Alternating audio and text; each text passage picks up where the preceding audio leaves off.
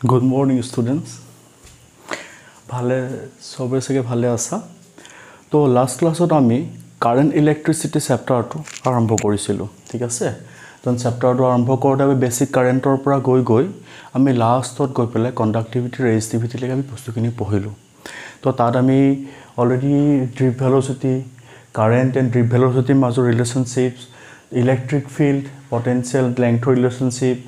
তাৰপিছত ৰেজিষ্টেন্সৰ expressions and ৰেজিষ্টিভিটিৰ এক্সপ্ৰেছন আমি গোটেইখিনি উলিয়াই থৈছোঁ ঠিক আছে আজিৰ ক্লাছটোত আমি এতিয়া ফাৰ্ষ্ট টপিক পঢ়িব গৈ আছোঁ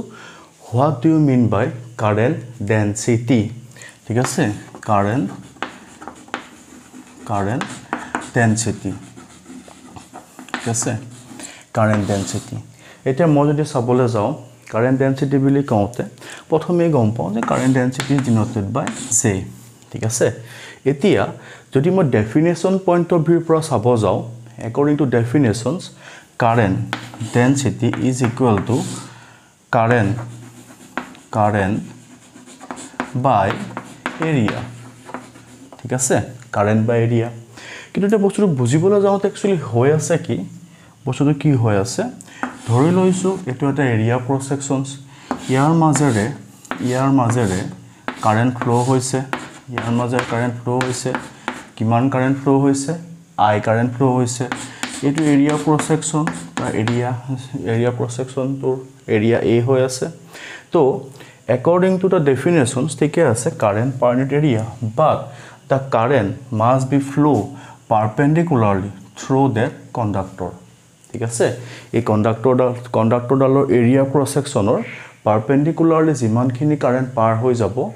তাকে কি বুলি কৈ আছো কাৰেন্ট ডেন্সিটি বুলি কৈ আছো ঠিক আছে তো সেই ফালৰ পৰা j ইকুয়াল টু আমি কি বুলি পালো I বাই a ঠিক আছে বুজি পাইছো কিন্তু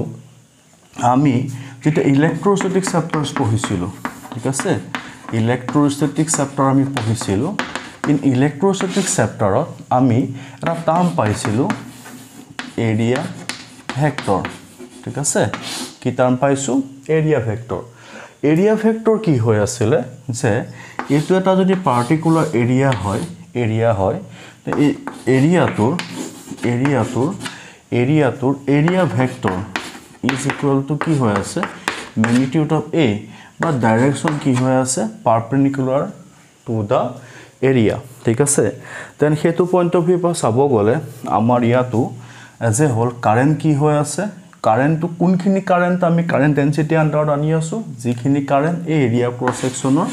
পাৰপেন্ডিকুলাৰলি গৈ আছে মানে ইনডাইৰেক্টলি ক'ব গলে এৰিয়া ফেক্টৰৰ ডাইৰেকশনত যিখিনি কাৰেন্ট যায় তাকে আমি কি বুলি কওঁ কাৰেন্ট ডেন্সিটি যেহেতু area is a vector quantity হেতু পয়েন্ট অফ ভিউ পৰা মই যদি চাবলৈ যাওঁ current density is a vector quantity ঠিক আছে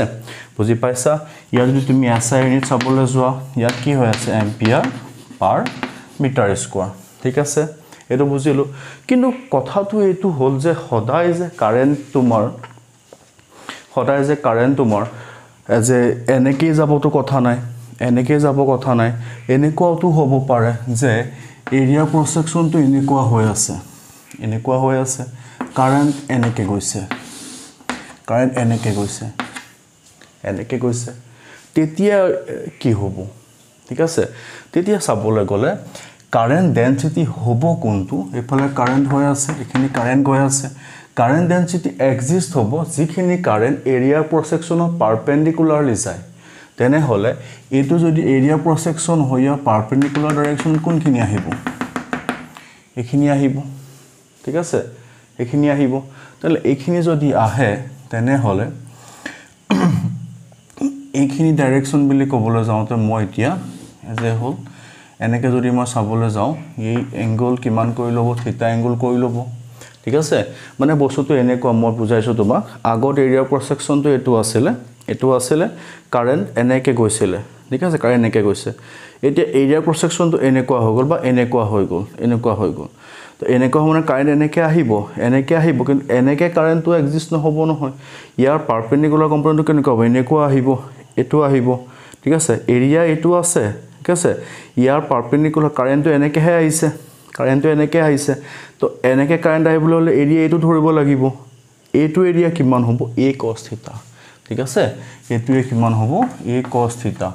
তেনে ক্ষেত্ৰত j = ফৰ্মুলা আমাৰ ঠিকে আছে a বা a এর কি হৈ আছে পারপেন্ডিকুলার কম্পোনেন্ট তো এই পারপেন্ডিকুলার কম্পোনেন্ট কিমান I by a cos θ হেতু আমাৰ হৈ আছে কি j ইন কেস অফ কি হয় যেতিয়া কারেন্ট এরিয়া ক্রস সেকশনৰ পাৰপেন্ডিকুলাৰলি ফ্লো নহব ঠিক আছে একনলৈকে বুজিছো একনলৈকে বুজাৰ পিছত নেক্সট আমি গৈ আছো ৰিলেশন বিটুইন ড্ৰিপ ভেলোসিটি আৰু কারেন্ট ডেন্সিটি রিলেশনশিপ লাগে মোক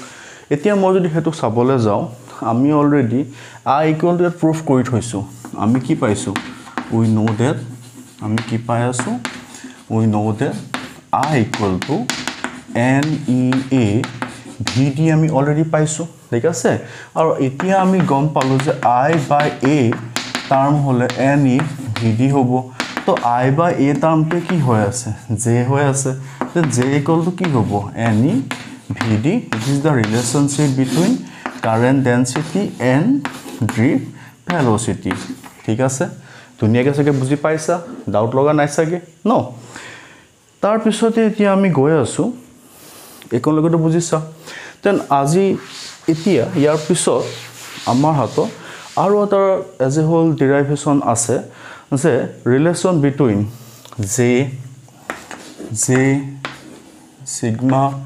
and electric field ঠিক আছে J sigma electric field এটো আহে কাউন্সিল হায়াৰ সেকেন্ডাৰী কাউন্সিলৰ board exam এটা কমন কোয়েশ্চন টা থাকে 2 মার্কস দি পেলা আহে derive the relationship between বা আমাক ডাইরেক্টলি কৈ দিয়ে যে find out da J equal to sigma E ঠিক আছে প্রুফ কৰিব দিয়ে তো হেতু এটা প্ৰুফ কৰিবলৈ যাওতে আমি গম পাব লাগিব যে আমি প্ৰুফ যেটা কৰিম তো এই কেছটো চোৱা মই অলৰেডি ফিগাৰটো অলৰেডি আমি 2-3 বাৰ ড্ৰ কৰিছো ইয়াৰ আগৰ ক্লাছটো যেটো ফাৰ্স্ট ক্লাস আমি পঢ়াই দিলো এই লেকচাৰটো আমি দিছো অলৰেডি টপিকখিনিৰ ওপৰত তো তাৰ পিছত যেটো নেক্সট ফিগাৰটো মই আকৌ এবাৰ ড্ৰ কৰিছো বাৰু এটো এডাল কন্ডাক্টৰ ললো তাত মই পটেনশিয়াল V এপ্লাই কৰিলো ঠিক আছে ওয়াৰডালৰ লেংথ দিছো L মই ঠিক আছে এৰিয়া ক্ৰস সেকশন দিলো মই A ঠিক আছে এটা ইলেক্ট্ৰিক ফিল্ড কোন ফালে দিম কোৱাচোন এটা ইলেক্ট্ৰিক ফিল্ড কোন ফালে দিম বুলি ক'বলৈ যাওতে প্ৰথম কথা যে আমি যেতিয়া ইলেক্ট্ৰোস্ট্যাটিক চেপ্টাৰ আছে আমি অলৰেডি অফলাইন ক্লাছত আমাৰ ষ্টুডেন্টখিনি পঢ়াইছিলো যেতিয়া ইলেক্ট্ৰোস্ট্যাটিক্স আমি পঢ়াইছিলো ইলেক্ট্ৰিক ফিল্ড লাইনস পঢ়িছিলো ইলেক্ট্ৰিক ফিল্ড লাইনস কি আছিলে যে এজ এ হোল যিখিনি ইমাজিনাৰী পাথ ঠিক আছে এটা যদি পজিটিভ চাৰ্জ হয় পজিটিভ চাৰ্জৰ কাৰণে ফিল্ড লাইনস কোন ফালে যায় ফিল্ড লাইনস হলে আউটওয়াৰ্ড হয় বাহিৰলৈ ওলাই ঠিক আছে যদি বাহিৰলৈ ওলাই তেনে হল এই কোন জায়গা তুমি চোৱাচোন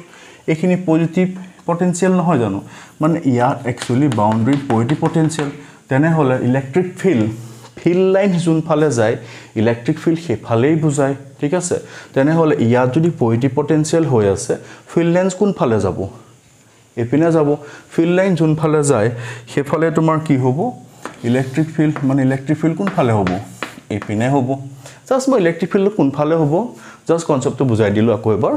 দেন ইলেক্ট্ৰিক ফিল্ড এখিনি আৰু ইলেক্ট্ৰন আহিব এপিনে ইলেক্ট্ৰন আহিব মোৰ মতলব নাই এতিয়া ইলেক্ট্ৰন আহিব এপিনে হল তো এই ফিগাৰটো ড্ৰ কৰি আমি যেতিয়া পাইছিলো প্ৰথম আমি কি পাইছিলো ইলেক্ট্ৰোস্ট্যাটিক চেপ্টাৰতে পাইছিলো দে আমি একচুয়ালি ইয়াত কাৰেন্ট ইলেক্ট্ৰিচিটি লেকচাৰ আৰম্ভ কৰিছো সেকেন্ড ক্লাস আজি ফাৰ্স্ট ক্লাসৰ ভিডিওটো মই অলৰেডি এই বস্তুখিনি দি থৈছিলো যে আমি E equal to dV by dr আমি পাইছিলো ঠিক আছে পাইছিলো ধুনিয়াকে পাইছো এতিয়া আমি আমাৰ এই ফিগাৰটো এই কেছটোত পটেনশিয়াল মই কিমান এপ্লাই কৰিছো পটেনশিয়াল V এপ্লাই হৈছে আৰু লেংথ কিমান আছে L আছে তেন্তে আমাৰ ইন দ্যাট কেস আমাৰ কেছটো E equal to আমি কি পাম E equal to V by L ঠিক আছে দেন মই ইয়াৰ পৰা V equal to EL এটা এক্সপ্ৰেছন মই উলিয়াই থলো ইকুৱেশ্যন নম্বৰ 1 দি পেলাই থলো জনিবা ধুনিয়াকে সকে বুজি পাইছো একনলৈকে ডাউট লগা নাই ইয়াৰ পিছত মই কারেন্ট ডেন্সিটি মই আজি পঢ়িছো কারেন্ট ডেন্সিটি মই কি পঢ়ি থৈছো কারেন্ট ডেন্সিটি মই পঢ়িছো J equal to I by A পঢ়িছো মই ডাউট নাই তেনে হলে মই ইয়াৰ পৰা I equal to J into A এটা এক্সপ্ৰেছন উলিয়াই থলো ঠিক আছে ইয়াৰ মই নাম দি থৈছো যেনিবা 2 বিলি ইকুৱেশ্যন 2 বিলি মই দি থৈছো একো প্ৰবলেম নাই ধুনিয়াকে বুজি আছো একনলৈকে আমি তাৰ পিছত আমি আকৌ লাষ্ট ক্লাছত পঢ়িছিলো again last ক্লাছত আমি পঢ়িছিলো ohms law পৰা পঢ়িছিলো r equal to rho l by a only last ক্লাছত পঢ়িছো আমি ক্লাস 10 তো পঢ়িছিলো resistance equal to resistivity l by a ঠিক আছে তো ইয়াৰ পৰা মই এই তিনটা এক্সপ্ৰেছন মই পাই থৈছো একো সাগে একনলৈকে ডাউট নাই তেতিয়া আমাৰ ডাউট নাই এতিয়া আমাৰ হাতত ohms law আছে কি আছে আমাৰ হাতত ohms law আছে according to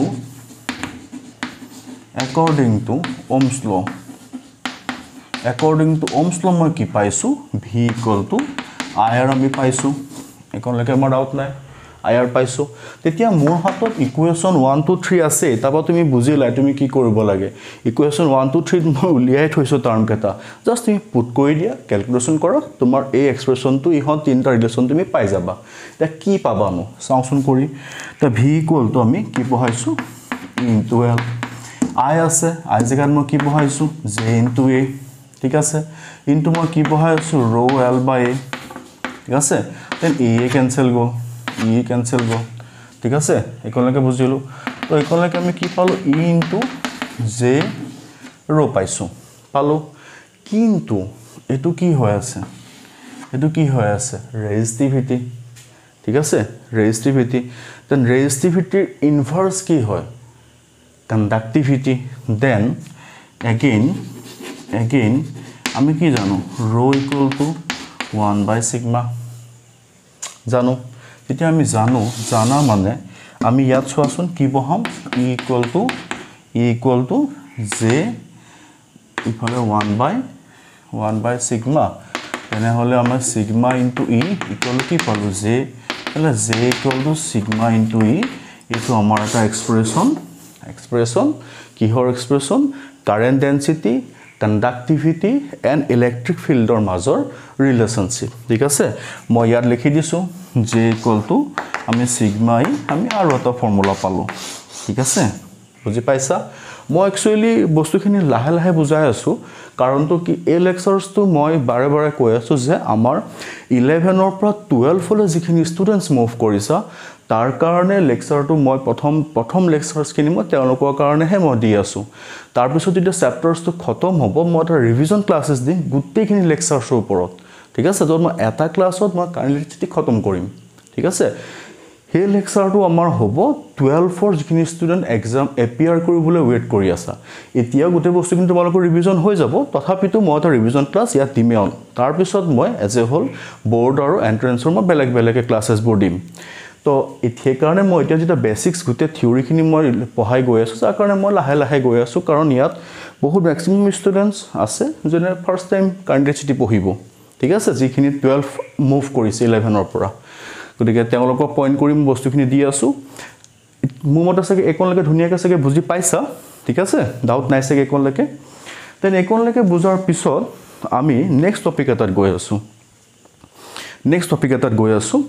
নেক্সট টপিক তো কি হয় এই কোৱেশ্চনস তো আহে ঠিক আছে কোৱেশ্চনস তো আহে আৰু এই কোৱেশ্চন যদি তুমি ফৰ্মুলাটো যদি তুমি থিওৰিটো গম পাই থোৱা তুমি নিউমেৰিকেল কৰিবই নালাগে মই তোমাক কৈ আছো তুমি জাস্ট কোৱেশ্চনস পঢ়িলা কিমান টাইমছ কৈছে দেন তুমি তাক লগে ফিগাৰ আউট কৰি টিক মাৰা ঠিক আছে মই তোমাক কৰি দি আছো এটা তুমি চোৱা ফাৰ্স্ট টাইম বৰ্ডখন মুছি লওঁ বাৰু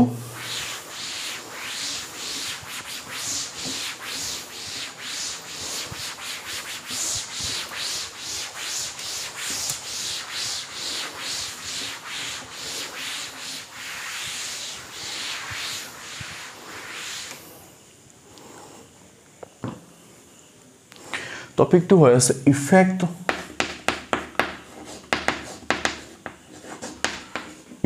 on wire effect on resistance of wire when stretching ঠিক আছে এডাল ওয়্যাৰৰ ওপৰত যেতিয়া আমি stretch দিলে তাৰ ৰেজিস্ট্যান্স তো কেনেকে চেঞ্জ হয় ঠিক আছে তো প্ৰথমতে আমি কি পঢ়িব গৈ আছো যে ফাৰ্স্ট টাইমে মডেল ওয়াৰ কনসিডাৰ কৰি আছো ৱায়াৰডাল কনচিডাৰ কৰিছোঁ এডাল ৱায়াৰ মন কৰিবা এই ৱায়াৰডালৰ লেংথ কিমান L আৰু এই ৱায়াৰডালৰ এৰিয়া ক্ৰছ সেকশন কিমান A ঠিক আছে আৰু এই ৱায়াৰডালৰ ৰেজিষ্টিভিটি rho ঠিক আছে আৰু ৱায়াৰডালৰ ভলিউম সাপোজ V ভলিউমটো ধৰিলো মই V ইনিশিয়াল আৰু ৱায়াৰডালৰ ৰেজিস্ট্যান্স মই ধৰি ললো R ইনিশিয়াল ঠিক আছে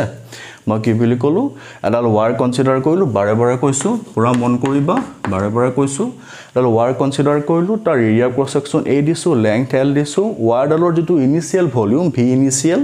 যেটো ইনিশিয়াল ৰেজিস্ট্যান্স R ইনিশিয়াল আৰু ৱায়াৰডালৰ ফাইনেল যেটো মানে ৰেজিস্টিভিটি তো মই rho বুলি ধৰি লৈছো এন এই ক্ষেত্ৰত যদি মই চাও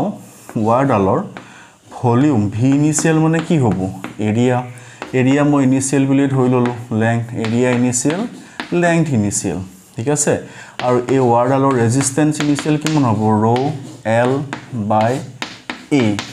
এটো মই কি পালো ইনিশিয়াল কেছটো পালো ঠিক আছে এতিয়া একেডাল ৱায়াৰ মই স্ট্ৰেচ বহাইছো ঠিক আছে মই এক্সটেন্ড কৰিছো এক্সটেন্ড হৈছে কিমান হৈছে মই নাজানো ঠিক আছে মতলব নাই মই ধৰি লৈছো যে ফাইনেল ৱায়াৰডাল এক্সটেন্ড কৰাৰ লগে লেংথ আৰু এৰিয়া চেঞ্জ হ'ব তোমাক এটা বঢ়িয়া এক্সাম্পল দিছো মায়ে বা তোমালোক জেনাৰেলি যেতিয়া ৰুটি বনাওতে গুটি আটাখিনি হেৰি কৰি ডাঙৰ এটা লডা বনাই লয় ঠিক আছে তো তাপা সৰু লডা কৰে দেন এটো এটা সৰু লডা তাক তুমি যদি এনেকে লম্বা কৰা তা বহলটো কমি যাব লম্বাটো বাঢ়ি যাব কিন্তু ভলিউমটো সেইখিনিয়ে হয় না নহয় তেনে হলে ইয়াত যেটা তুমি বহাবা মানে এৰিয়াটো এতিয়া বাঢ়িছে নে কমিছে মই নাজানো আৰু মই ধৰি লৈছো এৰিয়াটো AF ঠিক আছে তাৰ লেংথটো মই ধৰি লৈছো LF ৰেজিস্টিভিটিটো সেই আটাৰ যেটো আটা লদাইটো হৈ আছে লম্বা কৈ দিয়া লগে হিটো ময়দাৰ মানে ক'ব গলে লদা হৈ না যায় ঠিক আছে তেন ৰেজিস্টিভিটি মানে মেটেৰিয়েলটো ৰেজিস্টিভিটি সেমে থাকিব আৰু ইয়াৰ যেটো ভলিউম ফাইনেল ধৰিছো আৰু ইয়াৰ যেটো ৰেজিস্ট্যান্স তা ফাইনেল ধৰিছো দেন এতিয়া যদি মই চাবলৈ যাও এই দুটা বস্তু মন ৰাখিবা এতিয়া যদি মই চাবলৈ যাও এই ক্ষেত্ৰত V ফাইনেল ইকুৱেল কি হ'ব A ফাইনেল ইফালে L ফাইনেল ঠিক আছে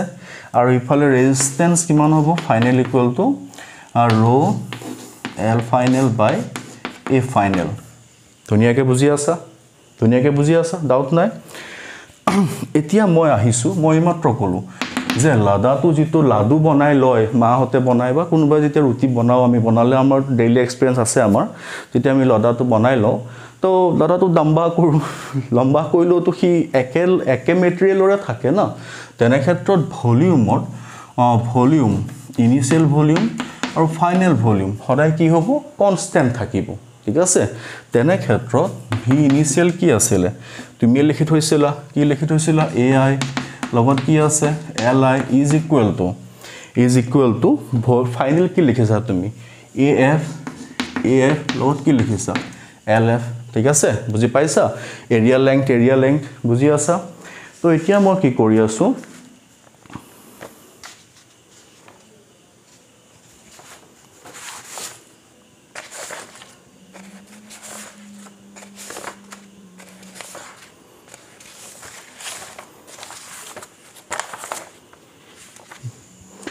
মই কি কৰি আছো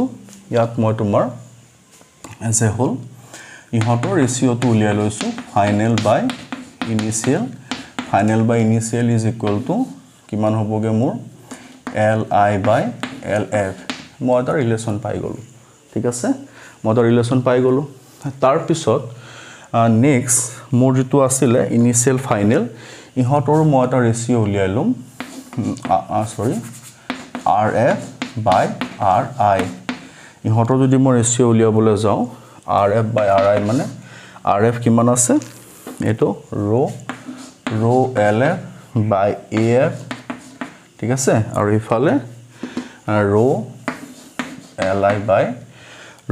Li by AI ঠিক আছে মই লাহে কৰিছো একো কথা নাই তুমিও বস্তুখিনি বুজিব লাগে প্ৰথম then RF by RI is equal to তুমি কি পা লাগে এটা relation AI LF AF LI তুমি এটা ৰিলেচন পালা ইয়াত তুমি এটা ৰিলেচন পালা এটা তুমি ৰিলেচন পালা ঠিক আছে তুমি ৰিলেচন পালা একোলৈকে ডাউট নাই সাকে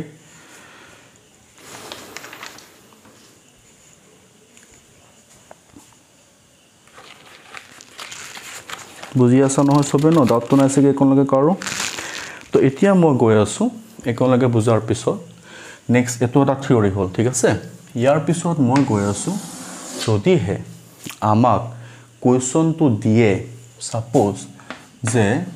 কি দি আছে কোৱেশ্চনটো দিছে সাপোজ এডাল ওয়্যাৰৰ লেংথ n টাইমছ হৈ গল ঠিক আছে এডাল ওয়্যাৰৰ length after stretching n times হৈ গল তেনে হলে ফাইনাল যেটো ৰেজিস্ট্যান্স আছে হি কিমান চেঞ্জ হ'ব পুৰা মন কৰিবা মই আকৌ কৈছো if a wire of resistance is suppose R and length L and area A if the wire is stretched to final length is n times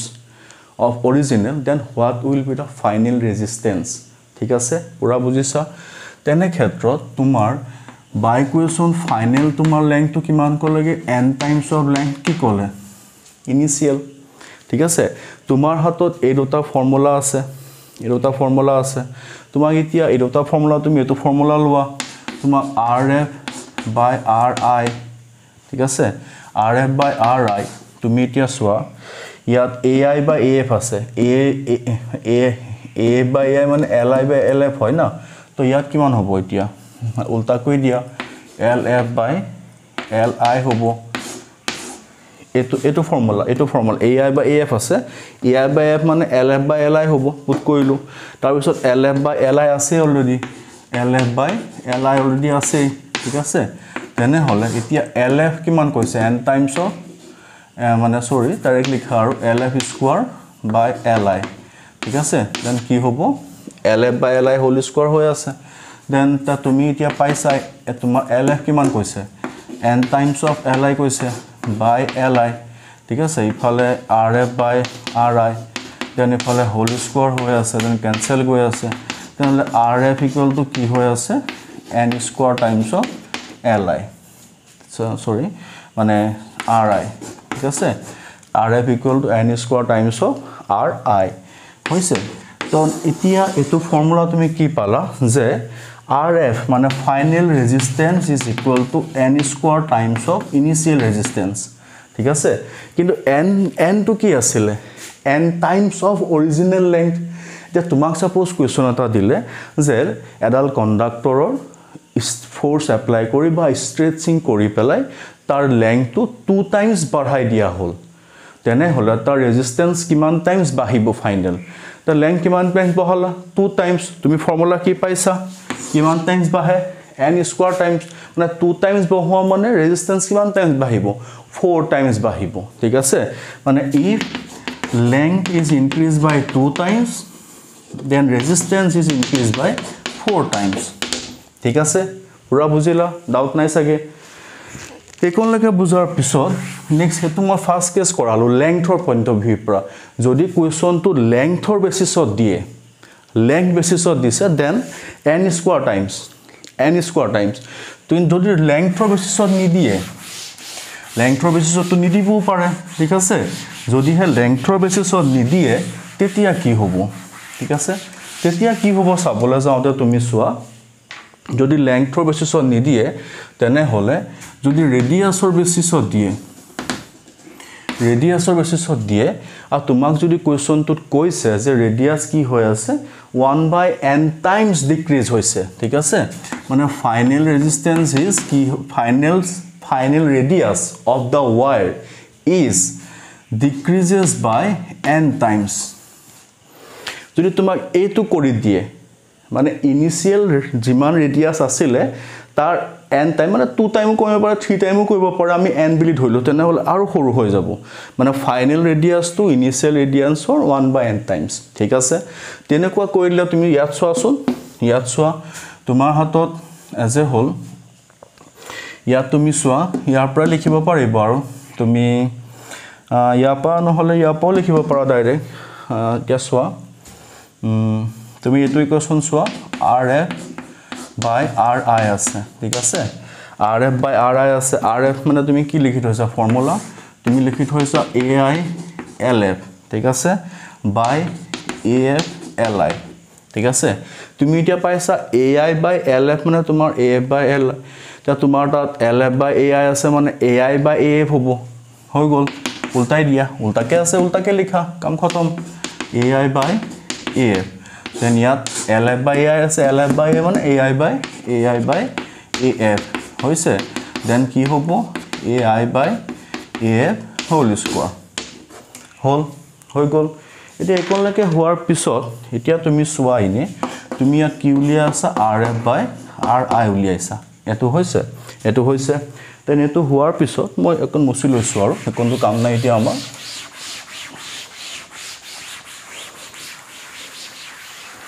এতিয়া চোৱা তুমি RF by RI is equal to তুমি লিখিছা AI মানে কি হয় pi RI square হয় আছে radius of a spherical wire মানে sir wire ঠিক আছে sphere তাৰ পিছত ইফালে pi RF square whole pi cancel go then তুমি লিখি আছা মানে RI by RF ঠিক আছে whole square already sorry ইয়াত এটা square আছিল then এতিয়া ইটো স্কয়াৰ মিলি কিমান 4 হ'ব এতিয়া RI টো বাৰু ঠিকে আছে RF টো কি হনো তুমি কৈ থৈছা যে 1 by n times then RI by n মানে n ওপৰত গল whole to the power 4 I cancel goal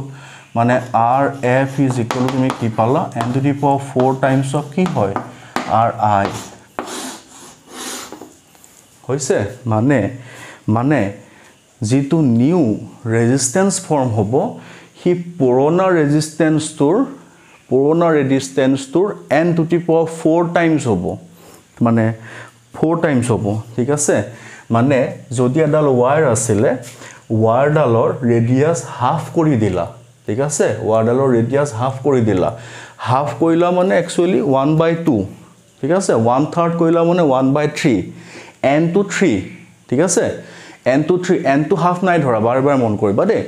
n to half নাই ধৰা ঠিক আছে 1/3 মানে 1/n3 ঠিক আছে তেনলে তুমি যদি ৰেডিয়াস হাফ কৰি দিছা তেনহলে তুমি n কি কৰিছা 2 ঠিক আছে n যদি 2 কৰিছা তেনলে নিউ ৰেজিস্ট্যান্স তো কিমান হ'ব নিউ ৰেজিস্ট্যান্স তো RF = 2 to the power 4 times of resistance মানে কিমান হ'ব 16 times কিমান 16 times হৈ যাব ঠিক আছে তো এজ এ হোল ইয়াৰ পৰা আমি বুজিলো কি যদি হে ৰেজিস্ট্যান্সৰ ওয়্যাৰ n টাইমস ইনক্ৰিজ কৰো ৰেজিস্ট্যান্স কিমান হয় ৰেজিস্ট্যান্স কিমান টাইমস বাহে as a whole n square times বাহে ঠিক আছে আৰু যেতিয়া আমি এজ এ হোল ৰেজিস্ট্যান্সৰ মানে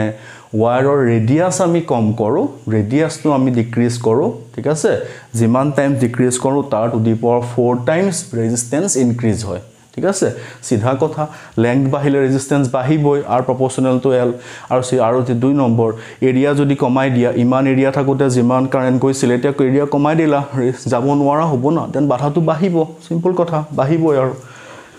দেন একলগে সকে ধুনিয়াকে বুজি পাইছা ডাউট নাই সকে then effect of resistance of a wire when stretching আমি ধুনিয়াকে বুজি পালো ঠিক আছে মোৰ মতে বুজি পাইছো কোনবাই নুবুজিবও পাৰা নুবুজিলে একো কথা নাই ভিডিওটো আকৌ এবাৰ চাবা ধুনিয়াকে বুজাই থোৱা আছে আৰু নোটছ খিনি মই দিমে অলৰেডি PDF কৰি মই তোমালোকৰ লিংক দিয়ে দিম ডাউনলোড কৰি লবা ধুনিয়াকে বুজি পাবা নুবুজা কোনো কথাই নাই কি প্ৰথমে NCERT বেসিক্স ক্লিয়াৰ কৰি লোৱা তাৰ পিছত তুমি বোৰ্ড এক্সামৰ কোৱেশ্চনছ JEE মেইনছৰ কোৱেশ্চনছ তাৰ পিছত নিটৰ কোৱেশ্চন ধাই তুমি সলভ কৰিব পাৰিবা ঠিক আছে ইনে সিধাই তুমি JEE মেইনছৰ কোৱেশ্চন কৰম বুলি যাওতে যদি বেসিক্স ক্লিয়াৰ না থাকে কৰ পৰা কৰিবা কোৱাচোন ঠিক আছে এই কাৰণে ধুনিয়াকে বেসিক্স তোমাৰ ক্লিয়াৰ কৰিছো অকন ধুনিয়াকে চাই যোৱা ইয়াৰ পিছত আমি এতিয়া গৈ আছো ইফেক্ট অফ টেম্পাৰেচাৰ ঠিক আছে এতিয়া আমি effect of as a whole temperature মানে চাবলৈ যাওতে মানে এজ এ হোল মানে ৰেজিস্ট্যান্সৰ ওপৰত ইফেক্ট অফ টেম্পাৰেচাৰ কি হৈ আছে চোৱা মানে ডিউ টু টেম্পাৰেচাৰ ঠিক আছে এই গোটেই ক্লাছটো একচুয়ালি বেসিস অন ৰেজিস্ট্যান্সে হৈ আছে দে ওহমছ ল হৈ আছে লাষ্ট ক্লাছত আমি ওহমছ লটোহে পঢ়িলো আজি আমি যিমান কন্টেন্টস পঢ়িম গোটেইখিনি কিন্তু বেসিস অফ কি হৈ আছে তা মানে ক'ব গ'লে ৰেজিস্ট্যান্সে হৈ আছে এতিয়া চোৱা ডিউ টু টেম্পাৰেচাৰ এতিয়া টেম্পাৰেচাৰ বুলি কওঁতে কথাটো এনেকুৱা হয় তুমি তোমালোকে যেটো ক্লাছৰুমত পঢ়া জেনাৰেলি সব স্কুলতে হওক সব কলেজতে হওক সব কোচিংতে হওক যেতিয়া সাৰে ক্লাছ কৰি থাকে তোমালোকে মনে মনে দুই এটাই অকমান কথাৰ বতৰা পাতি আছা সাৰে ইমান মাইন্ড নকৰে বা ময়ো জেনাৰেলি মাইন্ড নকৰো কিন্তু জেনাৰেলি মোৰ ক্লাছতো বাৰু নহয় কিন্তু জেনাৰেলি মই দেখা পাওঁ যেতিয়া লৰছলি এক্সট্ৰিম পইণ্টত গুচি যায় ঠিক আছে টকিং বাহি যায় ডিসকাশন হাঁহি ধেমালি ক্লাছত বাহি যায় দেন টিচাৰ্ছ ফায়াৰ্ড হয় ঠিক আছে সাৰ ফায়াৰ হৈ যায় বা মেম ফায়াৰ হৈ যায় দেন উল্টা মেমে গালি গালাজ কৰে মেম পুৰা মানে কিবা বেলেগ ৰূপত আহি যায় মেম ঠিক আছে তেতিয়া সেই কেছটো হয় সেই কেছটো তেতিয়া হয় মানে হলে একচুয়ালি তোমাৰ এই বস্তুটো হৈ আছে কি চোৱা যেতিয়ালৈকে তুমি ধুনীয়াকে আছিলা দেন মেমেও তোমাক একো নাই কোৱা বা সাৰেও তোমাক একো নাই কোৱা তুমি যেতিয়া এক্সট্ৰিম লেভেলত গৈ আছা মানে কি তুমি কথা পাতিছা মানে তুমি মুভ কৰিছা ইফালে হিফালে মুভ কৰিছা তাত সাৰ বহি আছে সাৰ as a whole ৰেজিস্ট্যান্স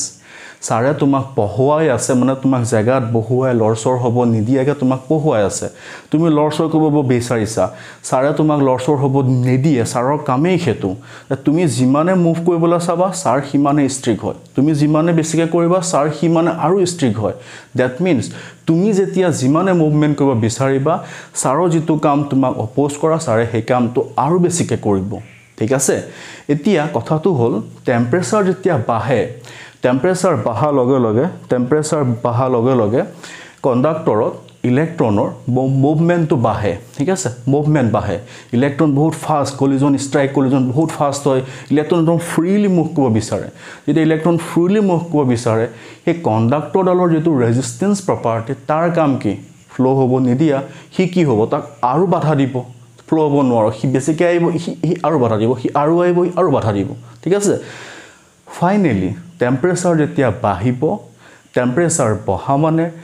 electrons কলিজনছ আয়নছৰ movement বাহিব movement বহা মানে সেই মুভমেন্টটো ৰখোৱা কামটো কাৰ অপোজ কৰা কামটো কাৰ ৰেজিষ্টৰৰ ফাইনালি ৰেজিষ্টৰে তাৰ ৰেজিস্ট্যান্স বহাব ঠিক আছে দেন ইয়াৰ পৰা তুমি ডাইৰেক্টলি বুজি পাইছা দেন টেম্পাৰেচাৰ বাহিব দ্যাট মিন্স ৰেজিস্ট্যান্স বাহিব then resistance is directly proportional to the temperature ঠিক আছে তো ধুনীয়াকৈ বুজি পাইছা এটা বৰ্ডত চোৱা মই এজ এ হোল প্ৰথম T1 টেম্পাৰেচাৰ ধৰিছো T1 ডিগ্ৰী সেলসিয়াস ঠিক আছে সেই সময়ত ওয়াৰডালৰ ৰেজিস্ট্যান্স সাপোজ আছিল কিমান R1 ঠিক আছে কিমান আছে ৰেজিস্ট্যান্স R1 দেন টেম্পাৰেচাৰ বাহি গৈ T2 ডিগ্ৰী সেলসিয়াস হৈছে সেই সময় ৰেজিস্ট্যান্স কিমান সাপোজ R2 হ'লগে বাহি R2 হ'ল কাৰণ বাহি বুলি তুমি গম পাইছা এতিয়া আমি খালি উলিয়াব গৈছো যে কিমান বাহিব এক্সপ্ৰেছনটোহে লাগে ঠিক আছে এতিয়া টেম্পাৰেচাৰ কিমান বাহিল ৰাইজ ইন টেম্পাৰেচাৰ কিমান বাহিল T2 minus T1 degree Celsius ঠিক আছে আৰু ৰাইজ ইন ৰেজিস্ট্যান্স কিমান বাহিল R2 minus R1 ঠিক আছে এতিয়া কথাটো হ'ল কি এই যে ৰাইজ ইন বাহিল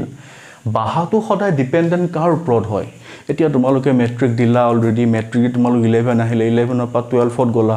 এতিয়া 11ত ফাইনালি জিনিবা আমাৰ বোৰ্ড এক্সামছটো ক্যান্সেল হৈছে কিবা হৈছে বাদ দিয়া কিন্তু স্কুলতো বা কলেজতো এটা ফাইনাল টেষ্ট পাতিছে আৰু সেই ফাইনাল টেষ্টটো সাপোজ তুমি পাৰ্সেন্টেজ 81 পাইছা কিন্তু তোমাৰ মেট্ৰিকৰ পাৰ্সেন্টেজ 95 দেন সিধাই ঘৰৰ মানুহে কম্পেয়াৰটো কাৰ লগত কৰিলে মেট্ৰিকটো লগত কৰিলে না initial matric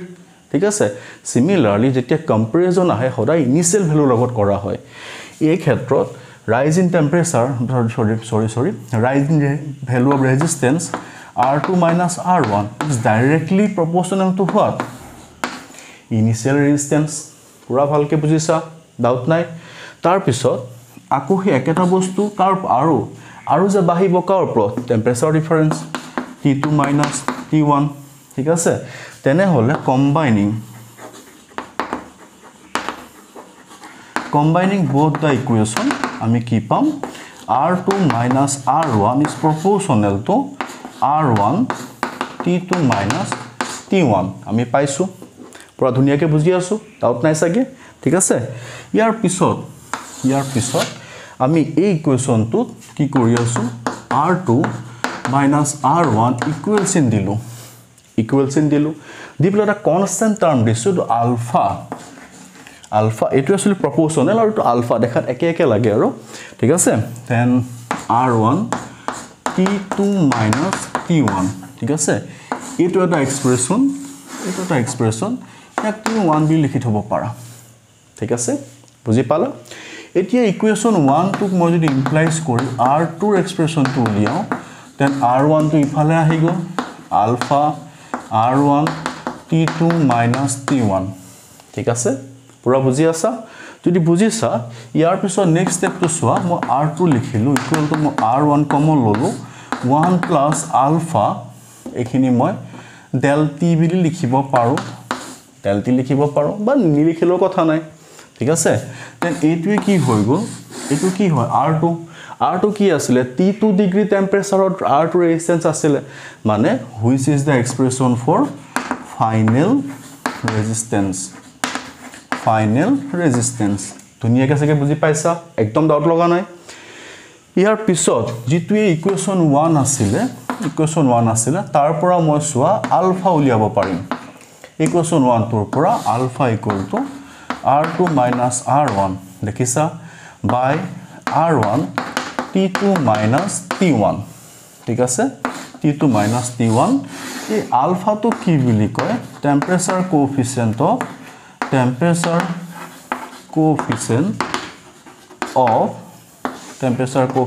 of resistance temperature coefficient of কি বুলি কয় রেজিস্ট্যান্স বুলি কয় ঠিক আছে বুজি পাইছা এতিয়া এখিনি বুজাৰ পিছত তোমাক কেতিয়াবা পৰীক্ষাত সুধিও দিয়ে যে what is alpha define কৰিব দিয়া বা what do you mean by খুদে এৰ এক নম্বৰ কোৱেশ্চনটা খুদে তা তুমি যদি আলফা যদি ডিফাইন কৰিবলৈ যোৱা তুমি একচুয়ালি ইয়াত কি পাইছা এটো R2 minus R1 কি হয় increase in resistance T2 minus T1 কি হয় increase in temperature R1 কি হয় original resistance ঠিক আছে তেনে হলে আলফা কি হ'ব যে per degree rise in temperature original resistance or respect ঠিক আছে original resistance or respect জিমানখিনি increase হয় মানে original resistance to rise in temperature against per degree rise in temperature against জিমানখিনি resistance increase হয় ঠিক আছে জিমানখিনি মানে increase হয়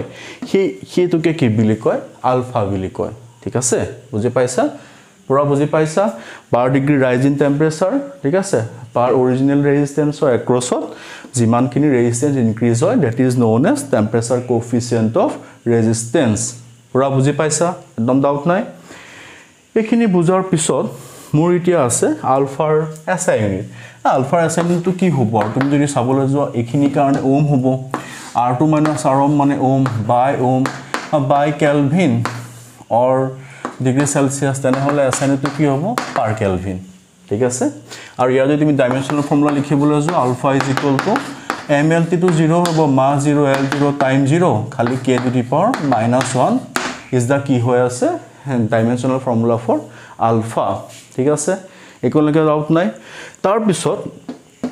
এই আলফা টু ওপৰত আৰু এটা বোৰ্ড এক্সামত কোৱেশ্চনছ আহে ঠিক আছে একদম বেসিক এক নম্বৰ কোৱেশ্চন যে আলফা পজিটিভ কেতিয়া হয় বা ডাইৰেক্টলি খুদি দিয়ে যে কোনটো মেটেৰিয়েলৰ কাৰণে আলফা নেগেটিভ হয় একচুয়ালি আলফাৰ ভ্যালুটো পজিটিভ হয় ঠিক আছে কিন্তু কিহৰ ক্ষেত্ৰত হয় positive only for pure metals ঠিক আছে insulator and semiconductors ঠিক আছে but in case of alloys ঠিক আছে alpha is negative পুরা মনত ৰাখিবা কাৰণ তুমি ক'ব পাৰা sorry মই কোন কব লৈছে alpha is positive for কি হৈ আছে metal বা metal alpha is negative কিহৰ কাৰণে code insulator and semiconductor and alpha is very small for alloys ঠিক আছে আকৌ এবাৰ কৈ দিছো মই alpha is positive for metal ঠিক আছে for metal আৰু alpha is negative কিহৰ কাৰণে insulator and semiconductors and alpha is very small for alloys like manganese tungsten ঠিক আছে এইবিলাকৰ কাৰণে alpha always কি হৈ আছে তোমাৰ very small তাৰ পিছত এতিয়া আমি নেক্সট টপিক এটা গৈ আছো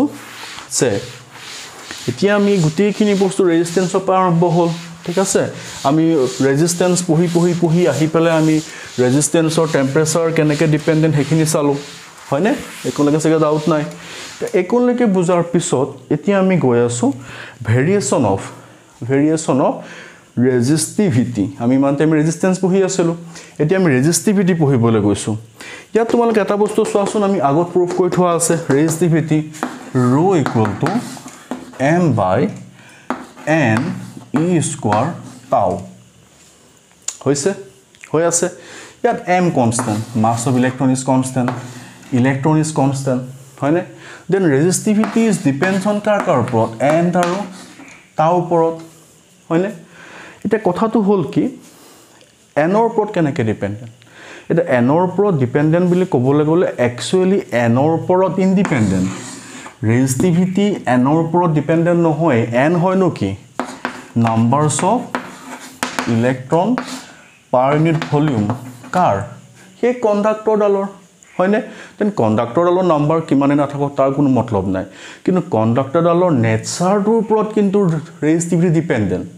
ঠিক আছে একচুয়ালি n ৰ ওপৰত ডিপেন্ডেন্ট নহয় n ৰ ওপৰত ইন্ডিপেন্ডেন্ট হয় কিন্তু ডিপেন্ডেন্ট কাৰ ওপৰত হৈছে এই কন্ডাক্টৰ ডালৰ মেটেৰিয়েলটোৰ ওপৰত হৈছে ঠিক আছে সেকেন্ড টাইম তেনে হলে একচুয়ালি ক'বলৈ গ'লে ই ইন্ডিপেন্ডেন্ট হয় ঠিক আছে কিন্তু এজ এ নেচাৰৰ ওপৰত ডিপেন্ডেন্ট কিন্তু ইয়াৰ নেচাৰৰ কথাটো নাহে n বিলি আহে কো ফাইনালি ইন্ডিপেন্ডেন্ট হলেও কিন্তু ঘুৰাই পকাই ডিপেন্ডেন্টই হয় তাৰ পিছত কিন্তু বুকত যদি চাবলৈ যোৱা তোমালোকে ইন্ডিপেন্ডেন্ট বিলি পাবা টেক্সট বুকত তাৰ পিছত আছে টাউ আছিলে ৰিলেক্সেশন টাইম ঠিক আছে যেতিয়া টেম্পাৰেচাৰ বাঢ়ে মানে ফাইনালি স্ট্ৰাইকটো ঘনে স্ট্ৰাইক হয় যেতিয়া ঘনে স্ট্ৰাইকটো হয় তে ঘনে স্ট্ৰাইক হয় তাৰ মিনিং কি টেম্পাৰেচাৰ বাঢ়া মানে এটা স্ট্ৰাইক ঘনে হয় ঘনে হোৱা মানে ৰিলেক্সেশন টাইম কমিছে ৰিলেক্সেশন টাইম কমা মানে কি হৈছে কন্ডাকশন কি হৈছে বাঢ়িছে কন্ডাকশন বাঢ়িছে মানে কন্ডাক্টিভিটি বাঢ়িছে ঠিক আছে যেটা কন্ডাক্টিভিটি বাঢ়িছে তেনলে কোন কমিছে ৰেজিস্টিভিটি ঠিক আছে যাৰ কাৰণে আছে হল যদি আমি চাবলৈ যাওঁগে গোটেই কথাটো যদি আমি চাবলৈ যাওঁ আকবাৰ মই কৈ দিছো যে টেম্পাৰেচাৰ বাঢ়া মানে ইনডাইৰেক্টলি ৰেজিস্টিভিটি কি হ'বগে ফাইনালি ৰেজিস্ট্যান্স যেতিয়া বাঢ়িছে ফাইনালি ৰেজিস্টিভিটি কি হ'ব বাঢ়িবই লাগিব ঠিক আছে ৰেজিস্টিভিটি বাঢ়িব ফাইনালি গৈ পেলাই আমি কি গম পালো যে টেম্পাৰেচাৰ যেতিয়া বাঢ়িব দেন ৰেজিস্টিভিটি কি হ'বগে বাঢ়িব আৰু ইন টাৰ্মছ অফ ৰেজিস্টিভিটি যদি এক্সপ্ৰেছন উলিয়াব দিয়ে then ρ2 equal to ρ1 1 plus alpha delta একেটা ফৰ্মতে আহে আৰু ঠাইত আমি ৰ লিখো আৰু ঠিক আছে প্ৰপাৰ্টিটো একেই থাকিব সেই কাৰণে আমি এটো দেখো চেঞ্জেস নকৰো সেমে থাকিব ইয়াৰ ওপৰত কিতাবা কিছুমান নিউমেৰিকেল দিয়ে আৰু তো কৰিব পাৰিবা বাকি ফৰ্মুলা একে আলফা ইয়াটো সেমে হয় টেম্পাৰেচাৰ কোএফিচিয়েন্ট অফ ৰেজিস্টিভিটি ঠিক আছে ডাউট নাই আছে একনলৈকে ধুনিয়াকে বুজি আছা একনলৈকে বুজাৰ পিছত এতিয়া আমি আহি আছো নেক্সট টপিক কন্টেন্টস বহুত আছে হা ব্লক সব সৰু বস্তু মই সব পঢ়াই দিছো একলগে এতিয়া আমি আহি আছো এটো আহে এক নম্বৰ গ্ৰাফ আকিব আহে ৰেজিস্টিভিটি ভাৰ্সেস টেম্পাৰেচাৰ ঠিক আছে ৰেজিস্টিভিটি ভাৰ্সেস টেম্পাৰেচাৰ তোমাক গ্ৰাফিক্যাল ৰিপ্ৰেজেন্টেশন খুদে কিহৰ ৰিপ্ৰেজেন্টেশন খুদে ৰেজিস্টিভিটি ভাৰ্সেস টেম্পাৰেচাৰ তোমাক কি সোধে গ্ৰাফিক্যাল ৰিপ্ৰেজেন্টেশন সোধে ঠিক আছে এটা গ্ৰাফিক্যাল ৰিপ্ৰেজেন্টেশন সোধোতে তোমাক মই প্ৰথমে আঁকি লওঁ ৰবা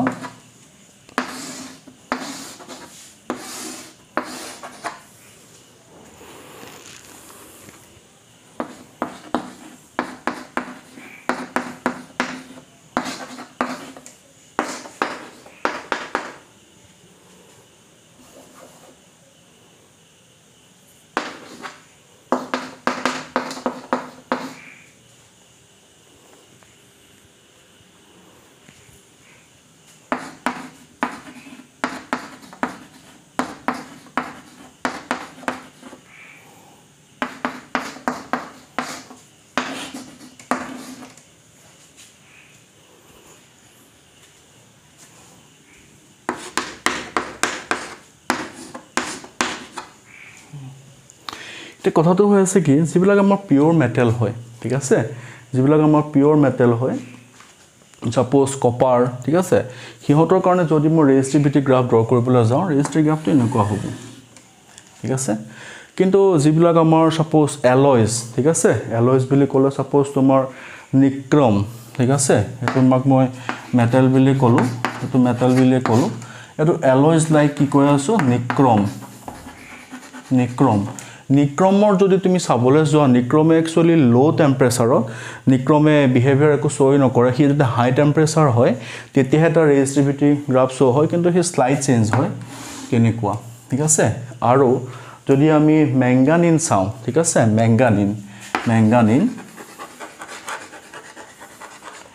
ম্যাঙ্গানিনৰ গ্ৰাফ যদি চাও হি সদায় এবসলিউট টেম্পাৰেচাৰত সদায় কি থাকে মানে হি সদায় কনস্ট্যান্ট থাকে ঠিক আছে এতিয়া সোৱাৰ কথাটো হল কি এই নিক্ৰম আৰু ম্যাঙ্গানিন দুইটা এক্সেপশনাল কেস দুইটা সেই কাৰণে ডাইৰেক্টলি মেনশনে কৰি দিব পাৰে যে নিক্ৰমৰ কাৰণে আকা নহলে ম্যাঙ্গানিনৰ কাৰণে আকা আৰু এনে যদি তোমাৰ গ্ৰাফ আঁকিব দিয়ে ৰেজিস্টিভিটি ভাৰ্চেছ টেম্পাৰেচাৰ গ্ৰাফটো দেন এটো গ্ৰাফ হ'ব এটো আঁকিলে হ'ল ঠিক আছে ডাউট নাই কি কোনলৈকে তাৰ পিছত যদি সোৱা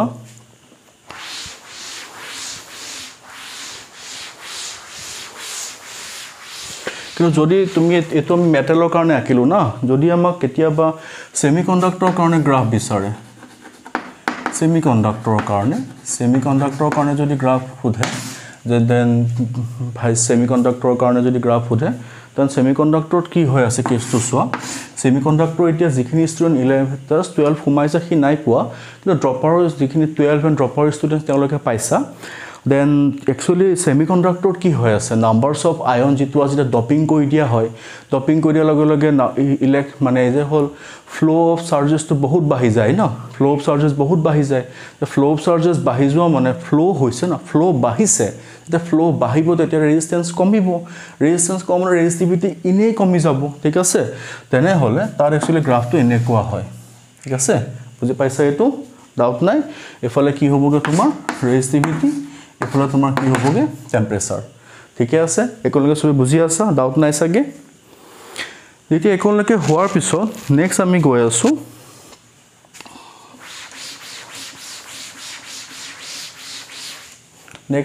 আছো তোমাৰ ইনসুলেটৰ আৰু মানে ইলেক্ট্ৰোলাইটত কি হয় এতিয়া সোৱা ইনসুলেটৰ তো টেম্পাৰেচাৰ বাঢ়িলেও নবাঢ়িলেও কথাই নাই সদায় ৰেজিস্ট্যান্স ম্যাক্সিমামত থাকে আৰু তেনে হলে ৰেজিস্টিভিটি কিনো হ'ব একো সেন্স নাই গতিকে ফাইনালি নেগেটিভ আৰু যদি তুমি ইলেক্ট্ৰোলাইটছত তুমি চাবলৈ যোৱা ইলেক্ট্ৰোলাইটত চাবলৈ গলে যে টেম্পাৰেচাৰ বাঢ়িব ইলেক্ট্ৰোলাইটতো তোমাৰ এজ এ হল ৰেজিস্টিভিটি গ্ৰাফটো তোমাৰ সদায় কি আহিব গৈ পেলাই নেগেটিভত আহিব ঠিক আছে একলকে বুজিলা ডাউট নাই হৈছে তো ইয়ালৈকে হোৱাৰ পিছত আমি এতিয়া নেক্সট টপিক এটাত গৈ আছো টপিকটো তোমাৰ যদি চাবলৈ যাও মই টপিকটো একো নাই কিয়া আমি অলৰেডি মই কৈছো আজি কি পঢ়ি আছো ৰেজিস্টৰ পঢ়ি আছো টপিকটো কি হৈ আছে ৰেজিস্টৰ ঠিক আছে আমি ওহমছ ল পঢ়ি আছিল ওহমছ ল আমি ৰেজিস্ট্যান্স পঢ়ি আছিল তো ৰেজিস্ট্যান্স জোনে অফাৰ কৰে এই ডিভাইসটো কোন হৈ আছে ৰেজিস্টৰ হৈ আছে ঠিক আছে the device who is offer resistance is known as কি হৈ আছে ৰেজিস্টৰ হৈ আছে এটা কথাটো হল যে ৰেজিস্টৰ একচুয়ালি যদি আমি চাবলৈ যাও ৰেজিস্টৰ কিমান টাইপস অলৰেডি মই দিছিলো তথাপিতো মই দিছো এটো হৈ আছে ফিক্স ৰেজিস্টৰস ফিক্স বুলি কয় আৰু এটো ভেৰিয়েবল ৰেজিষ্টৰ বুলি কয় একচুয়ালি ইয়াক আমি ৰিঅস্টেট নাম দিব পাৰো ৰিঅস্টেট যোনে ভেৰিয়েবল ৰেজিস্ট্যান্স শো কৰে কি ৰিঅস্টেট আৰু বাকি আমাৰ যিবিলাক কাৰ্বন ৰেজিষ্টৰ্স বা ওয়্যাৰ আছে বা পোষ্ট অফিস বক্স আছে দিজ আৰ কি হৈ আছে fixed resistors actually post office box তো নট ফিক্স হয় বাকি carbon resistor these are types of the fixed resistors ঠিক আছে একোনকে বুজিছা একোনকে বুজাৰ পিছত আমি এতিয়া গৈ আছো ৰেজিষ্টৰ টাইপস অফ পঢ়িবলৈ গৈ আছো প্ৰথমটো আমি পঢ়িবলৈ গৈ আছো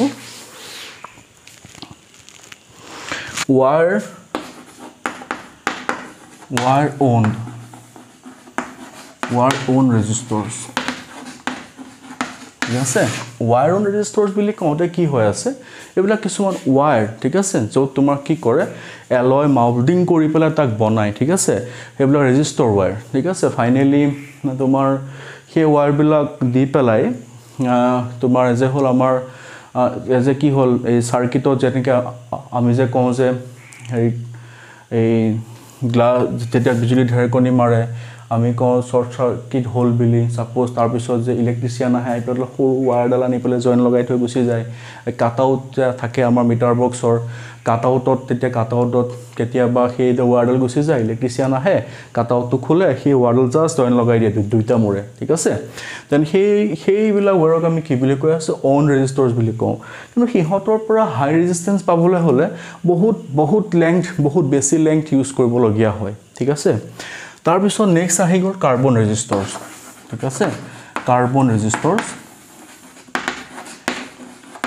ৰেজিষ্টৰ যদি তুমি চাবলৈ যোৱা কাৰ্বন ৰেজিষ্টৰ কি হৈ আছে এডাল ওয়্যাৰ আছে ইয়াত একচুয়ালি এটা কোটিং কৰা হয় ঠিক আছে কোটিং কৰা হয় এটা ঠিক আছে এলয়স এটা কোটিং কৰা হয় হাই টেম্পাৰেচাৰত এই কোটিংটো একচুয়ালি কি কৰে তাৰ পিছত ইয়াৰ যেটা ক'বাত যেটা জয়েন লগাই দিও ওয়্যাৰডাল ই একচুয়ালি বাধা দিয়ে ঠিক আছে এই বাধা দিয়ে এতিয়া এই বাধা যে দিয়ে এই কোটিংটোৱে বাধাটো দিয়ে একচুয়ালি ইলেক্ট্ৰন ফ্লো হোৱাত ঠিক আছে তো এতিয়া সেই এইটোকে কি কয় কাৰ্বন ৰেজিষ্টৰ বুলি কয় কিন্তু একচুয়ালি কাৰ্বন ৰেজিষ্টৰৰ মই এই যে কোটিংটো যে ইয়াৰ একচুয়ালি কালাৰ থাকে কালাৰ বেন্ড দিয়ে ঠিক আছে চাৰিটা কালাৰ বেন্ড থাকে এই চাৰিটা কালাৰে এই ৰেজিষ্টৰটোৰ ভ্যালু কিমান তাক ডিটাৰমাইন কৰে ঠিক আছে তে কেনেকৈ ডিটাৰমাইন কৰে আমি উলিয়াম এতিয়া ঠিক আছে তো এতিয়া আমি নেক্সট টপিকটোত গৈ আছো যে আমাৰ হাতত যেটো কাৰ্বন ৰেজিষ্টৰ আমি পঢ়িবলৈ গৈ আছো এই কাৰ্বন ৰেজিষ্টৰে আমাক ভ্যালু কিমান দিয়ে ঠিক আছে তে কাৰ্বন ৰেজিষ্টৰে ভ্যালু কিমান দিয়ে চাবলৈ যাওঁতে আমি চাব লাগিব কালাৰ কোডিং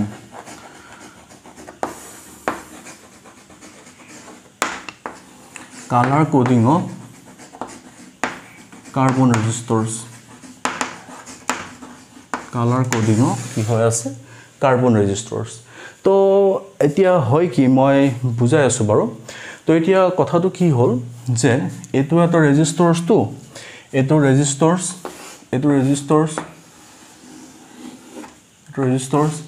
ইয়াত কি হয় চাৰিটা কালাৰ থাকে চাৰিটা কালাৰ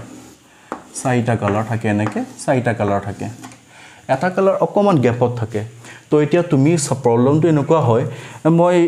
এফালৰ পৰা চাম নে মই এফালৰ পৰা চাম সদায় তুমি তিনটা কালাৰ একেলগে থাকিব এটা কালাৰ গ্যাপত থাকিব সদায় তিনটা কালাৰ সাইডৰ পৰা চাবা উল্টা যদি কৈ দিয়া এটা কালাৰ থাকিব বাকি তিনটা পিছত থাকিব একেলগে থাকিব আৰু মাজত গ্যাপ থাকে গতিকে সদায় এফালৰ পৰা তিনটা প্ৰথমৰ পৰা চাই ঠিক আছে এতিয়া চাবলৈ গলে ইয়াৰ পজিশনটো মই এ বুলি ধৰিছো ইয়াৰ পজিশনটো মই বি বুলি ধৰিছো ইয়াৰ পজিশনটো সি বুলি ধৰিছো ইয়াৰ পজিশনটো মই ডি বুলি ধৰিছো ঠিক আছে এটা মই ডি বুলি ধৰিম এটো হৈ আছে কালাৰ কোড ইয়াৰ পৰা মই ৰেজিস্ট্যান্স কেনেকৈ উলিয়াম A B into C whole plus minus D ঠিক আছে এটো হৈ আছে তাৰ ৰেজিস্ট্যান্সৰ ফৰ্মুলা তাক কেনেকৈ উলিয়াম কিন্তু এটা এ বি সি ডি কি বুজায় এ বি সি ডি সব হৈ আছে একোটা কালাৰ তো সেই কালাৰ ললটাৰ কিছুমান কোডিং নাম্বাৰস থাকে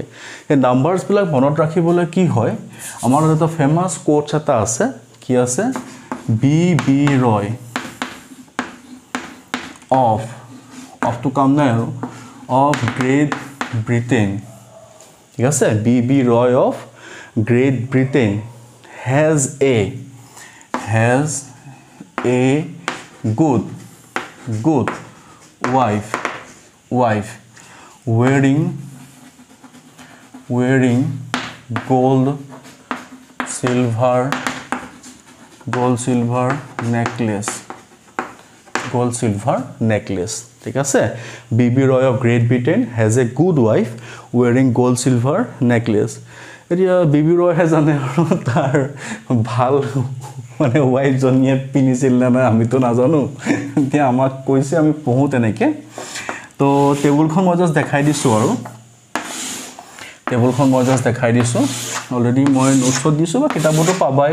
বা লৰচলি অলৰেডি পঢ়িছাই তোমালোকে তথাপিতো জাস্ট মই দেখাই দিছো আৰু ইয়াত তোমাক ভইল কালাৰ কলো ইয়াত এ বি সি ডি ঠিক আছে এটো লাইন ইনে ড্ৰ কৰিলো আৰু তো এতিয়া কথাটো হল বি বি ৰয় যে আছে বি ব্ল্যাক ব্ৰাউন ৰয় ৰেড তাৰপিছত orange yellow green blue good wife Great Britain has a good green eto gray তাৰপিছত white ঠিক আছে wearing gold silver necklace তো পিছত দেখাই আছো আৰু ইয়াতে black ইয়াৰ সদায় 0 0 same হয় হা 1 1 2 2 3 3 4 4 5 5 6 6 7 7 8 8 তেনেকুৱা আৰু ইফালে সদায় পাৱাৰ হয় 10 to the power 0 10 to the power 1 10 to the power 2 তেনেকুৱা আৰু এই যে লাষ্টত যে থাকিলে এই গোল্ড সিলভাৰ নেকলেস একেটাই মানে কি দেখুৱায় ফ্লাকচুৱেচন দেখায় ঠিক আছে মানে গোল্ড লিখা থাকিলে মানে 5% ইৰৰ গোল্ডেন থাকে সিলভাৰ থাকিলে 10% নেকলেস মানে একচুয়ালি কালাৰ যদি একো নাথাকে ইয়া যদি একো কালাৰ নাথাকে তেনে হলে তুমি ধৰি লবা হেতু 20% ইৰৰ আছে ঠিক আছে চাৰ্টখন এনেকুৱা হয় এই বিলাক হৈছে ভ্যালুজ এতিয়া ধৰি লওক তোমাক এটা কোৱেশ্চনস তুমি পালা সাপোজ কোৱেশ্চনস তো পাইছা যে ফাৰ্স্ট বেন্ড তো এনেকুৱা পাইছা মই ডায়াগ্ৰামটো আকি দেখাই দিছো আৰু সাপোজ ফাৰ্স্ট বেন্ড তো সাপোজ তুমি পাইছা yellow পাইছা ফাৰ্স্ট বেন্ড তো yellow পাইছা সেকেন্ড বেন্ড তো সাপোজ red পাইছা থাৰ্ড বেন্ড তো সাপোজ গ্ৰীন পালা ফোৰ্থ বেন্ড তো সাপোজ গোল্ড পালা তোমাক খুদিছে যে ইয়াৰ ৰেজিস্ট্যান্স কিমান তেন একোনে ৰেজিস্ট্যান্স উলিয়াবলে হলে মই কৈ থৈছো a b c d তেনে হলে a b into d sorry c into b ঠিক আছে এই বুলি কওঁতে কি আছে yellow আছে yellow a ঘৰত তুমি চোৱা yellow কিমান নম্বৰ আছে 4 নম্বৰ আছে yellow তেন yellow কাৰণে 4 red কিমান নম্বৰ আছে red 2 নম্বৰ আছে একচুয়ালি বস্তুটো এটো পজিশন হে হয় হা 42 4 ইফালে 2 4 into 2 নহয় 4 2 42 ঠিক আছে ইনটু c কি আছে গ্ৰীন কিমান হ'ব 5 আছে মানে 10 to the power 5 ঠিক আছে এটো হৈ গল এটো ভ্যালু প্লাস মাইনাস গোল্ড আছে না গোল্ড কিমান পার্সেন্ট 5% দেন এটো হৈ গল ৰেজিস্ট্যান্সৰ ভ্যালু যেটো আমি পালো হৈছে দেন তুমি কালাৰ কৰি ৰিছে চাগে ভালকে বুজিছা ধুনিয়াকে চাৰ্টখন মনত ৰাখিবা এটাই কোড হেতুত মনত থাকিবই লাগিব B B Roy of Great Britain has a good wife wearing gold silver necklace ঠিক আছে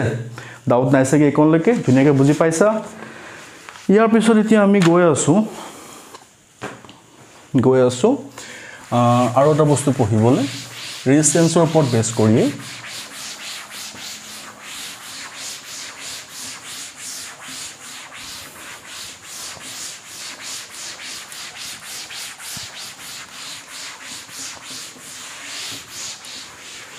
ৰেজিস্ট্যান্সৰ ওপৰত বেস কৰি পঢ়িব গৈ আছো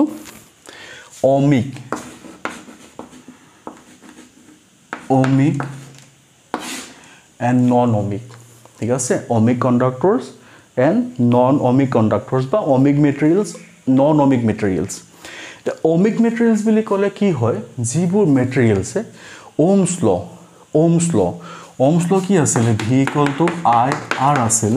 মানে v by i = r যেটো ৰিলেশন এটো মানি চলে ঠিক আছে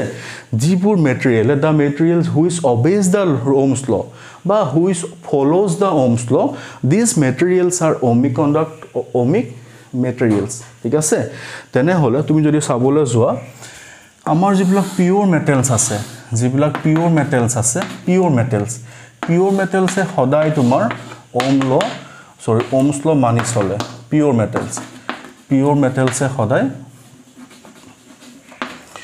মেটেলছে সদায় মানি চলে ঠিক আছে সিমিলাৰলি আৰু এটাই মানি চলে তোমাৰ এজ এ হোল তোমাৰ IV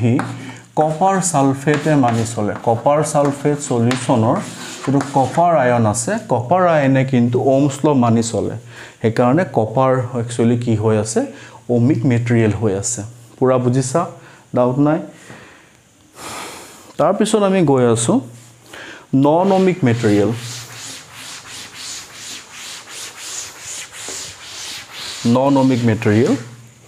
as a whole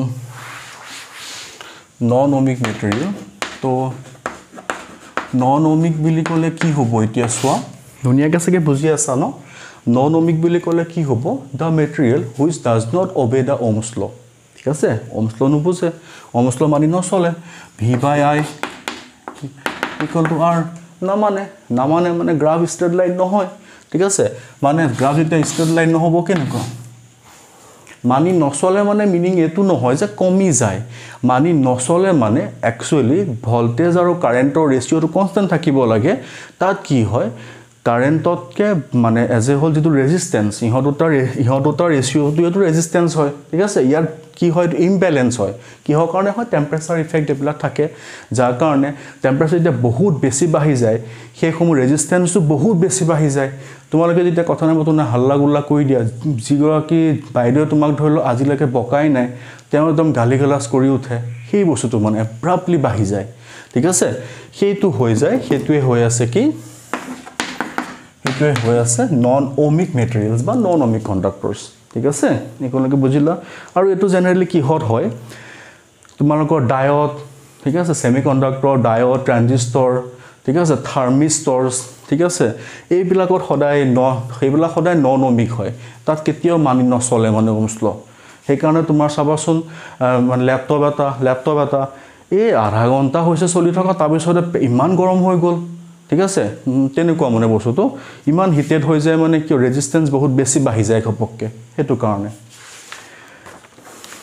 তাৰ পিছত এতিয়া আমি আহি আছো লিমিটেশনস ঠিক আছে ওহমছ লৰ লিমিটেশনস মানে এই যে মানি যে নচলে কেন মানি নচলাটোৱে একচুয়ালি তাৰ লিমিটেশনস ঠিক আছে মানে ওহমছ ল কোট ইনভ্যালিড ঠিক আছে এই ওহমছ লিমিটেশনস অফ ওহমছ ল টপিকটো কিন্তু ইম্পৰ্টেন্ট দে এই টপিকটো জি বোৰ্ড দিবা না লিমিটেশনস অফ ওহমছ ল এই টপিকটো কিন্তু ইম্পৰ্টেন্ট এই টপিকটো হে কাৰণে অকমান ভালকে চাবা ঠিক আছে ওহমছ লিমিটেশনস বুলি ক'বলৈ যাওঁতে তোমাক এতিয়া মই কৈ আছো তুমি যেতিয়া ভোল্টেজ বহাই গৈ থাকিবা ইনে ধৰিলো ভোল্টেজ ফিক্স ভোল্টেজ V আছে এফালে কাৰেন্ট I আছে গ্ৰাফটো সিধা গৈ আছে ঠিক আছে দেন গ্ৰাফটো গৈ আছে ধুনিয়াকে গৈ আছে মানে একচুয়ালি গৈ আছে যেতিয়া ভোল্টেজটো বহাই দিবা ভোল্টেজ বহাই গলে কারেন্ট এব্ৰাপ্টলি বাঢ়ি যায় ঠিক আছে এব্ৰাপ্টলি বাঢ়ি যায় এই সময়তে মানে যেতিয়া হাই ভোল্টেজ হৈ যায় হাই টেম্পাৰেচাৰ আহি যায় তেতিয়া ওহমছ ল ইনভ্যালিড হৈ যায় ঠিক আছে কেতিয়া হৈ যায় ফাৰ্স্ট কেছটো মই কি বুলি কলো কেছ 1 কেতিয়া হয় হাই টেম্পাৰেচাৰ এন্ড কি হৈ আছে applied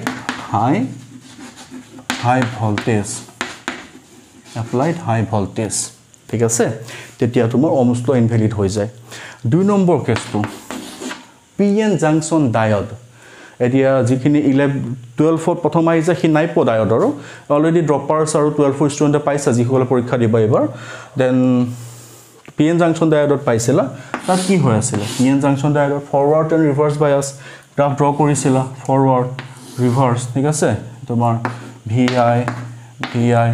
ঠিক আছে তাত তোমালোকে পাইছিলা যে ফৰৱাৰ্ড বায়াসিংতো কাৰেন্ট ফ্লো হয় ৰিভাৰ্স বায়াসিংতো কারেন্ট ফ্লো নহয় ঠিক আছে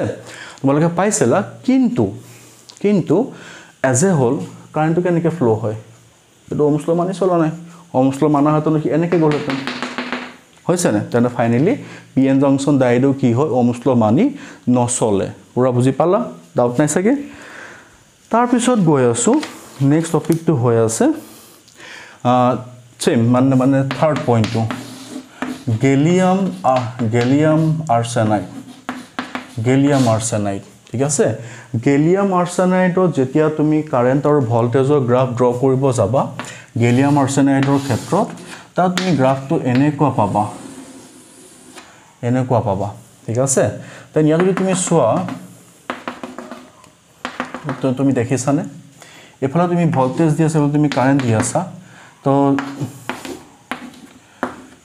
একে কাৰেণ্ট তুমি দুটা বেলেগ ভল্টেজত পাই আছা না নাই তো ভল্টেজ বহালে যদি এফালৰ পৰা বহোৱা ইয়াত সাপোজ যদি 0 হয় ইয়াত যদি 10 ভল্ট হয় ইয়াত সাপোজ 50 ভল্ট হ'ব ঠিক আছে মানে 10 আৰু 50 ভল্টত তুমি সেম কাৰেণ্ট কেনেকৈ পাবা ইম্পসিবল না ভল্টেজ বাঢ়িলে কাৰেণ্টটো বাঢ়িব কিন্তু ইয়াততো সেম পাইছা সেম পাবা যেটো গ্ৰাফটো পাহে মই কৈ আছো তেনেহলে গেলিয়াম আৰ্ছেনাইডেও কি হৈ আছে ওহমছ ল মানি নচলে পুৰা বুজি আছা ডাউট নাই সাগে তাৰ পিছত গৈ আছো এজ এ হল থাৰ্মিষ্টৰ বোলা এটা ডিভাইস আছে যেটো ডিভাইস কি হৈ আছে আমাৰ থাৰ্মিষ্টৰ বোলা ডিভাইস তাৰ ইউজ কৰা হয় ইন্ডাষ্ট্ৰিয়েল যিবিলাক প্ৰজেক্ট ইন্ডাষ্ট্ৰিবিলাকত ইউজ কৰা হি কি হয় হাই ৰেজিষ্টিভ ডিভাইস থাৰ্মিষ্টৰ বহুত হাই ৰেজিষ্টিভ ডিভাইস তাৰ ৰেজিষ্টেন্সৰ ক্ষমতাটো মানে এজ এ হল ৰেজিষ্টিন বহুত বেছি ৰেজিষ্টেন্স দিব পাৰে ধৰি ষ্ট্ৰিক্ট মা এই বোলে তাৰ মাক যি বম ষ্ট্ৰিক্ট তেনেকুৱা মানে বহুত হাই ৰেজিষ্টেন্স দিব পাৰে যদি হাই ৰেজিষ্টেন্স দিয়ে তেনে ক্ষেত্ৰত হাই ৰেজিষ্টেন্স দিবলৈ যোৱা মানে কাৰেণ্ট ফ্লো কমাই দিয়া মানে ওহমছ ল ইনভ্যালিড ঠিক আছে তেনেহলে ওহমছ ল যে ইনভ্যালিড তো জাস্ট গ্ৰাফটো দেখাই দিছো আৰু মই থাৰ্মিষ্টৰ গ্ৰাফটো কেনেকুৱা হয় এনেকুৱা হয় থাৰ্মিষ্টৰৰ গ্ৰাফটো থাৰ্মিষ্টৰত যদি মই কাৰেণ্ট আৰু যদি ভল্টেজৰ গ্ৰাফ ড্ৰ কৰোঁ গ্ৰাফটো এনেকুৱা পাবা তো ই প্ৰত্যেকটো পইণ্টতে ভেৰিয়েবল প্ৰত্যেকটো পইণ্টতে ভেৰি তো যেটো ওহমছ ল নহয় ঠিক আছে দেন মই এটা তোমালোকক 4টা পইণ্ট দিলো এক্সামত তোমাৰ ওহমছ লৰ লিমিটেশনছ অফ ওহমছ ল বুলি কেতিয়াবা বোৰ্ড এক্সামত 3 মাৰ্কস দি পেলাই সুধিব পাৰে সুধিলে মইতো কৈছো মই সব মানে লেকচাৰ দিছো মানে বেসিকৰ পৰা সব পঢ়াই গৈ আছো দেন লিমিটেশনছ অফ ওহমছ ল বুলি দিলে তুমি 3টা পইণ্ট আছে নৰ্মেল মেটেলত যেতিয়া হাই টেম্পাৰেচাৰ আৰু এপ্লাইড পটেনশিয়াল হাই হৈ যায় তেতিয়া এটো কেস হয় সেকেন্ডটো পিএন জাংশন ডায়ড থাৰ্ডটো গেলিয়াম আৰ্ছেনাইড এই 3টা কেস লগতে গেলিয়াম আৰ্ছেনাইড আৰু ফৰ্থ কেস তুমি থাৰ্মিষ্টৰ লিখিব পাৰা ঠিক আছে দেন এই 4টা কেছত এজ এ ওহমছ ল ইনভ্যালিড হৈ আছে হেতু এটা লিমিটেশনছ একলগে সকে ভালকে বুজিছা পুৰা বুজিছা ডাউট নাই এতিয়া নেক্সট টপিক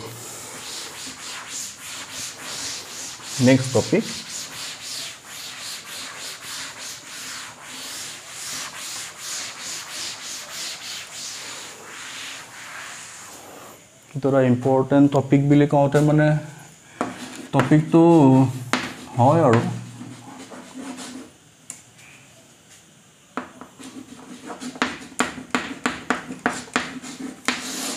সুপাৰ কণ্ডাক্টিভিটি তে সুপাৰ কণ্ডাক্টিভিটি কি কণ্ডাক্টিভিটি মানে কি ফ্লো সুপাৰ কণ্ডাক্টিভিটি মানে আৰু ফ্লো তেন্তে মিনিংটো কি একদম সিম্পল ধৰি ল যাৰ মা অনুপৰ ঘৰতে থাকে ধৰি ল অমান ঘুৰি পুকি নফুৰে দেন ধৰি ল কোনবা না মাকে ক'লে যে মই কাইলে নাথাকিম ৰাতিপুৱাই মামা ঘৰত যাম আবেলিহে পামহি সেইদিনাটো আৰু অকলে বললে ঠিক আছে লগৰটোক ফোন কৰি মাতিছো বলে আহি যোৱা মা নাই আজি আমাৰ ঘৰত ঠিক আছে গতিকে একদম আজাদি ঠিক আছে সেই তেনেকুৱা কেস মানে সুপাৰ কণ্ডাক্টিভিটি কণ্ডাক্টৰত কি হয় কণ্ডাক্ট হয় ইলেক্ট্ৰন ফ্লো হয় মানে কিছুমানটো বাধা থাকে তাৰ মাজেদি ইলেক্ট্ৰন গৈ থাকে আৰু মা ঘৰত আছে বলে মা মই যাওনে মই আহুনে সুধি কৰি ল'বলৈ আজি মা নাই মানে মোক ৰখোৱা বাধাটোৱে নাই তেনে মোৰ যি মজা মই তাকে কৰিম ঠিক আছে তেনেকুৱা হয় মানে সুপাৰ কণ্ডাক্টিভিটি হ'বলৈ যাওঁতে কোন নাইকিয়া হ'ব লাগিব মা নাইকিয়া হ'ব লাগিব মানে ৰেজিষ্টেন্স নাইকিয়া হ'ব লাগিব যেতিয়া ৰেজিষ্টেন্স কি হৈ যায় অলমোস্ট 0 হৈ যায় ইলেক্ট্ৰন কি হ'ব ইজিলি ফ্লো হ'ব নহয় সেই যে ইজিলি যদি ইলেক্ট্ৰন ফ্লো হয় তাকে কি বুলি কয় সুপাৰ কণ্ডাক্টিভিটি ঠিক আছে আৰু যাৰ থ্ৰু দি ফ্লো হয় সেই ৱাৰডালক সেই সময়ত কি বুলি কয় সুপাৰ কণ্ডাক্টৰ তে মনে বুজাইছো আৰু তুমি এডাল ৱাৰ কনসিডাৰ কৰা ইয়াত এইবিলাক চাৰ্জ আছে চাৰ্জ তাত আয়ন আছে চাৰ্জ আছে তো যেতিয়া তুমি টেম্পাৰেচাৰ বাঢ়িছে টেম্পাৰেচাৰ বাঢ়াৰ লগে লগে ৱাৰডাল হিট হয় ভাইব্ৰেশনস হয় ঠিক আছে যাৰ কাৰণে কি হয় এই মানে এজ এ হোল চাৰ্জবোৰ ইজিলি ফ্লো হ'ব নোৱাৰে ইটো হিটো খুন্দা মাৰে ইটো খুন্দা মাৰি তথাপিও হি কোনোমতে গৈ পাৰ হয় আৰু ঠিক আছে কিন্তু যেতিয়া টেম্পাৰেচাৰই নাথাকিব টেম্পাৰেচাৰ থাকিলে হে ভাইব্ৰেশনস হয় আয়নিক ভাইব্ৰেশনসবোৰ ফৰ্ম হয় ৰেজিস্ট্যান্সবোৰ বাঢ়ে তো টেম্পাৰেচাৰ এটা কমি টেম্পাৰেচাৰ এটা অলমোস্ট এনেকুৱা এটা পজিশন পাই যাব য'ত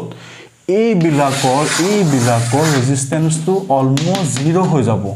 তেতিয়া এই চাৰ্জটো কি আছে সিধা ফ্লো হ'ব নহয় হ'ব তো সেই সময় যেদম হাই ম্যাক্সিমাম স্পিডত যেতিয়া ফ্লো হ'ব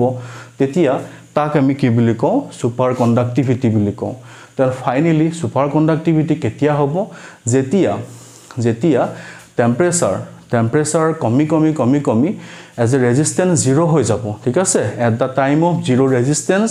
conduction maximum in the conductor that when that phenomenon is known as superconductivity and that particular temperature at which resistance becomes zero of a conductor that temperature is known as transition temperature বা critical temperature কিবা এটা কয় আৰু critical দুইটাই কয় critical temperature or transition temperature ঠিক আছে বুজি পালা দেন ইয়াক দিয়া সুপাৰ কণ্ডাক্টিভিটি এটা কিন্তু ইন্টাৰেষ্টিং ফেনোমেনন ইয়াৰ ওপৰত সাইন্টিষ্টে বহু ৰিসাৰ্চ কৰি আছে এতিয়াও বহুতখিনি বাকি আছে এটা সুপাৰ কণ্ডাক্টিভিটি ফেনোমেননটো কোড ইউজ কৰে সুপাৰ কণ্ডাক্টৰ কোড ইউজ কৰে যিবিলাক আমাৰ সুপাৰ কম্পিউটাৰছ আছে সেইবিলাকৰ ডাটা ট্ৰান্সমিশনৰ কাৰণে সদায় সুপাৰ কণ্ডাক্টৰ ইউজ হয় তাত সুপাৰ কণ্ডাক্টিভিটি ফেনোমেননটো হয় আৰু নেক্সট আউটা আছে মানে এনাৰ্জি ট্ৰান্সমিশন কৰিবলৈ হলে সুপাৰ কণ্ডাক্টৰছ ইজিস হয় য'ত এজ এ হোল লসেছটো কম হয় সুপাৰ কণ্ডাক্টৰ বুলি কওঁতে মানে কি হয় হি একদম লো টেম্পাৰেচাৰত কাম কৰে না য'ত ৰেজিস্ট্যান্স জিৰো হৈ যায় লো টেম্পাৰেচাৰত মানে হিটিং ইফেক্টিভ ফৰ্ম নহয় মানে লসেছ নোহোৱা মানে এনাৰ্জি কনজিউম কম হ'ব ঠিক আছে যাৰ কাৰণে সুপাৰ কণ্ডাক্টৰ ইউজ কৰে মানে এনাৰ্জি ট্ৰান্সমিশনত ঠিক আছে একলৈকে বুজিলো কিন্তু এটা কথা এই সুপাৰ কণ্ডাক্টৰ পঢ়ি থাকোতে এই সুপাৰ কণ্ডাক্টৰৰ লগতে তোমাৰ এটা টপিক আছিল একচুয়ালি টপিকটো হৈ আছে তোমাৰ মেছনাৰ ইফেক্ট ঠিক আছে এতিয়া মেছনাৰ ইফেক্ট বুলি কওঁতে মেছনাৰ ইফেক্টনো কি হয় মেছনাৰ নামৰ এজন সাইন্টিষ্ট আছে যোনে কি হৈ আছে এই সুপাৰ কণ্ডাক্টিভিটি ফেনোমেননটোৰ ওপৰত বহু দিনৰ পৰা কাম কৰি আছিল ঠিক আছে দেন মেছনাৰে তোমাক কি ক'লে মেছনাৰক সেইকাৰণে মেছনাৰৰ নামতেই মানে একচুয়ালি ইফেক্টৰ নাম দিলে দেন মেছনাৰে নতুনকৈ কি ডিস্কভাৰ কৰিলে যে তোমাৰ যেতিয়া তোমাৰ মানে মতো ক'লোৱে যে পাৰ্টিকুলাৰ এটা ক্ৰিটিকেল টেম্পাৰেচাৰ থাকে ক্ৰিটিকেল টেম্পাৰেচাৰটো পোৱাৰ লগে ক্ৰিটিকেল টেম্পাৰেচাৰটো যেতিয়া পায় ক্ৰিটিকেল টেম্পাৰেচাৰটো পালেহে এজ এ ৰেজিস্ট্যান্স জিৰো হয় ৰেজিস্ট্যান্স জিৰো হোৱাৰ লগে সি কি হৈ যায় সুপাৰ কণ্ডাক্টৰছ হয় তো মেছনিয়াৰে কি কৰিলে সেই সুপাৰ কণ্ডাক্টৰ সেই মেটেৰিয়েলটো আনি পেলাই এখন ম্যাগনেটিক ফিল্ডত প্লেস কৰিলে ঠিক আছে ম্যাগনেটিক ফিল্ডত প্লেস কৰিলে আৰু ম্যাগনেটিক ফিল্ডত প্লেস কৰাৰ পিছত কি হ'ল তাৰ টেম্পাৰেচাৰটো কি কৰিলে কমাই দিলে মানে যেটো টেম্পাৰেচাৰ মানে ক্ৰিটিকেলতকৈ কমাই দিছে ক্ৰিটিকেল টেম্পাৰেচাৰটো জিৰো ৰেজিস্ট্যান্স হৈ যায় ঠিক আছে ক্ৰিটিকেলতকৈ কমাই দিছে কমাই পেলাই ইলেক্ট্ৰিক ফিল্ডখন কি হয় ম্যাগনেটিক ফিল্ডখন কি হয় চাব বিচাৰিছে সেই সময়ত ম্যাগনেটিক ফিল্ডখন কি হৈছে বাহিৰৰ কিন্তু বাৰু এনেকৈ আছে কিন্তু যিখিনি এনেকৈ আহিছিল না সেইখিনি এনেকৈ গৈছে তো তাৰ পিছত তেওঁ ইয়াৰ পৰা কনক্লুজন কি দিলে মানে যেতিয়া মানে তোমাৰ এজ এ হোল বিলো ক্ৰিটিকেল টেম্পাৰেচাৰত যদি ম্যাগনেটিক ফিল্ডত যদি কণ্ডাক্টৰ প্লেস কৰা যায়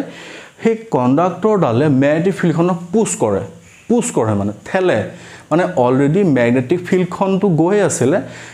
এই কণ্ডাক্টৰ ডালে তাক স্পীডটো আৰু বঢ়াই দিয়ে মানে আৰু ফাষ্ট যা ঠিক আছে আৰু he as a whole diamagnetic material হিচাপে ৱৰ্ক কৰে যেটো আমাৰ পিছত আছে ম্যাগনেটোস্ট্যাটিক চেপ্টাৰ আছে তাত আমি প্যাৰামেগনেটিক ডাইমেগনেটিক ফেৰোমেগনেটিক মেটেৰিয়েলছ পঢ়িম তো এজ এ হোল ডাইমেগনেটিক মেটেৰিয়েললৈ কনভাৰ্ট কৰে জাস্ট এটা মই কৈ থলো আৰু ইনে যদিহে ক্ৰিটিকেলতকে যদি ওপৰ টেম্পাৰেচাৰ প্লেস কৰা তেতিয়া কি হয় এটো আছে নহয় ইয়াৰ মাজেৰে ম্যাগনেটিক ফিল্ডখন যাবলৈ দিয়ে তো ইয়াৰ মাজেৰে ম্যাগনেটিক ফিল্ডখন যোৱা মানে স্লো হয় না স্লো হয় মাজেৰে পাৰ হৈ যায় স্লো হৈ যায় কিন্তু যেতিয়া বিলো এটুত কি হৈ আছে এটুত above critical temperature আৰু এটু কি হৈ আছে below critical temperature হলে গলে কি হল গোল মেটেৰিয়েল এটা উল্টাই পুশ কৰি ঠেলিহে দিলে যা ঠিক আছে ঠেলিহে দিলে ঠিক আছে হে তেনেকুৱা হয় এই বস্তুটো মেছনাৰে কৈছিলে যাৰ কাৰণে তেওঁৰ নামেৰে একচুয়ালি নাম কি দিলেগে মেছনাৰ ইফেক্ট নাম দি থোৱা আছে ঠিক আছে একলগে সকে বুজি পাইছা ডাউট লগা নাই ইয়াৰ পিছত এতিয়া আমি গৈ আছো একলগে পঢ়িলো একলগে যদি আমি বুজিলো বুজাৰ পিছত এতিয়া আমি আহিছো আকৌ ৰেজিস্ট্যান্সতে আছো ৰেজিস্ট্যান্স হে হোৱাই নাই আমাৰ দেখিছানে আকৌ ৰেজিস্ট্যান্সতে আছো ৰেজিস্ট্যান্সৰ এতিয়া গৈ আছো আমি আছে হল কম্বিনেশন অফ ৰেজিস্ট্যান্স প্ৰথমে সিৰিজ প্যাৰেলাল পঢ়িব গৈ আছো প্ৰথমে আমি সিৰিজ দিয়ে পঢ়িলো আকৌ পঢ়িছো আমি সিৰিজ ঠিক আছে সিৰিজ কম্বিনেশন পঢ়িব গৈছো কি আছিল আমি 3-4টা মান ৰেজিস্ট্যান্স লও জাস্ট বুজিবলৈহে ল'ব লাগে আৰু ৰেজিস্ট্যান্স লৈছো ইয়াৰ ৰেজিস্ট্যান্স R1 আছে R2 আছে R3 আছে ইয়াত ভোল্টেজ V আছে কারেন্ট I গৈছে এফালে সাপোজ তোমাৰ V1 এফালে V2 এফালে V3 আছে ঠিক আছে তো যেহেতু সিরিজ কানেকশন হৈছে সিরিজ কানেকশন হোৱা মানে কাৰেন্ট এটা কাৰণে গুটেকেটাৰ মাজেৰে গৈ আছে ঠিক আছে গুটেকেটাৰ মাজেৰে গৈ আছে যেতিয়া গৈ থাকোতে হেজে হল ইয়াৰ এক্ৰছত চোৱাচোন ৰেজিস্ট্যান্স টু এক বেলেগ কাৰেন্ট একেটা হলো ৰেজিস্ট্যান্স বেলেগ না যেন ভোল্টেজ বেলেগ হ'ব ঠিক আছে তেনে ক্ষেত্ৰত ইনি যদি আমি চাবলৈ যাওঁ total voltage V1 V2 V3 হ'ব কিন্তু V1 মানে কি হ'ব V1 মানে I গৈছে I R1 plus I R2 plus I কি হৈ আছে R3 equal to V ঠিক আছে এই তিনিওটা যদি লগ লগাই যদি আমি এটা বনাই দিও চোৱাচোন যদি এটা বনাই দিও এনেকে দেন ইয়াৰ যদি ভোল্টেজ V হয় এটো যদি ৰেজিস্ট্যান্স RS হয় কারেন্ট যদি I যায় তেতিয়া এটো কি হ'ব V equal to I R S হ'ব equal to I R1 plus IR2 plus IR3 ঠিক আছে এগুলা তো অলরেডি ক্লাস 10 ত পাইছা দেন I ক্যান্সেল গল দেন আমি কি পাই আছো RS is equal to R1 plus R2 plus R3 ধুনিয়া কাছে বুজি পাইছা ডাউট লগা নাই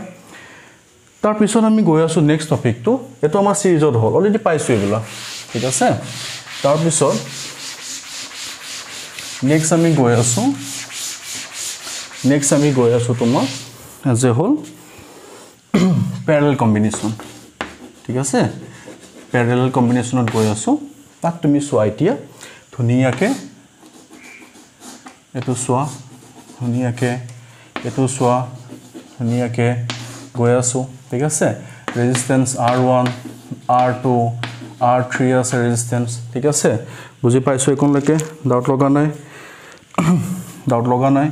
দেন ইয়াত মই ভোল্টেজ V এপ্লাই কৰিছো ভোল্টেজ V আছে তো ইয়াৰ মাজে কাৰেন্ট I গৈছে পুৰা কাৰেন্ট I গৈছে ডাউট নাই সকে সবৰে ঠিক আছে দেন ইয়াৰ পৰা কাৰেন্ট I1 গল ইয়াৰ মাজে কাৰেন্ট I2 গল ইয়াৰ মাজে কারেন্ট I3 গল ঠিক আছে গৈছে এতিয়া যদি মই চাবলৈ যাওঁ ইয়াত চোৱাচোন দেন ইয়াত ভোল্টেজটো যেটো পটেন্ট প্যাৰেলেলত আছে ভোল্টেজ সবতে সেম আছে তেনে হলে কাৰেন্ট কি হৈ আছে কাৰেন্টে সেপাৰেট হৈছে that means I equal to I1 plus I2 plus I3 হৈ আছে ঠিক আছে তেনে হলে ইয়াৰ এটা চোৱাচোন ইয়াত এই ব্ৰাঞ্চটো চোৱা এই ব্ৰাঞ্চত ভোল্টেজ কিমান এটো ভোল্টেজে এপ্লাই হৈ আছে তেনে হলে এটো ব্ৰাঞ্চত মই যদি চাবলৈ যাওঁ I1 মানে কিমান হ'ব V by R1 তেনেকে V by R2 তেনেকে কি হৈ আছে V by R3 হৈ আছে I হৈ আছে এতিয়া এই গুটেই কেটা ৰেজিস্টৰ যদি লগলগা যদি মই এটা ৰেজিস্টৰ বনাও ইয়াত ভোল্টেজ যদি মই V দিও ইফালে যদি ৰেজিষ্টৰত মই RP বুলি লিখো কাৰেণ্ট যদি I বুলি যাও তেনে হলে I ইকুৱেল টু কি হ'ব V বাই RP হৈ আছে V বাই RP হৈ আছে দেন V বাই R1 হৈ আছে V বাই R2 হৈ আছে V বাই R3 হৈ আছে ঠিক আছে এটো হৈছে দেন ইয়াত যদি মই V যদি ক্যান্সেল যায় তেনে হলে মই কি পাম 1 by RP equal to 1 by R1 1 by R2 plus 1 by R3 ঠিক আছে এটো মই প্যাৰেলি পাম অলৰেডি ক্লাস 10 ত পাইছো দেন এখনলৈকে বুজি পোৱাৰ পিছত নেক্সট এতিয়া মই গৈ আছো মিক্স গ্ৰুপিং ঠিক আছে মিক্স গ্ৰুপিং বুলি কোনটা কি হৈ আছে চোৱা মিক্স গ্ৰুপিংত মই গৈ আছো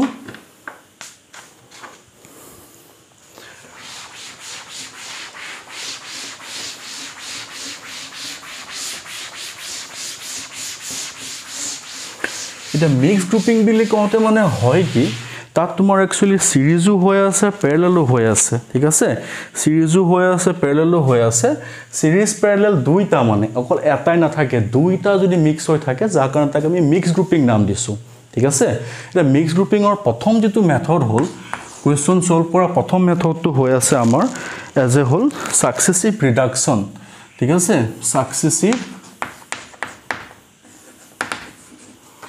সাকসেসিভ ৰিডাকশন ঠিক আছে তে সাকসেসিভ ৰিডাকশনৰ দিতিয়া কথাটো এনেকুৱা হল মই এটা কোৱেশ্চন এটা দি পেলাই বুজাই দিম তেতিয়া বেছি ভালকে বুজিবা ঠিক আছে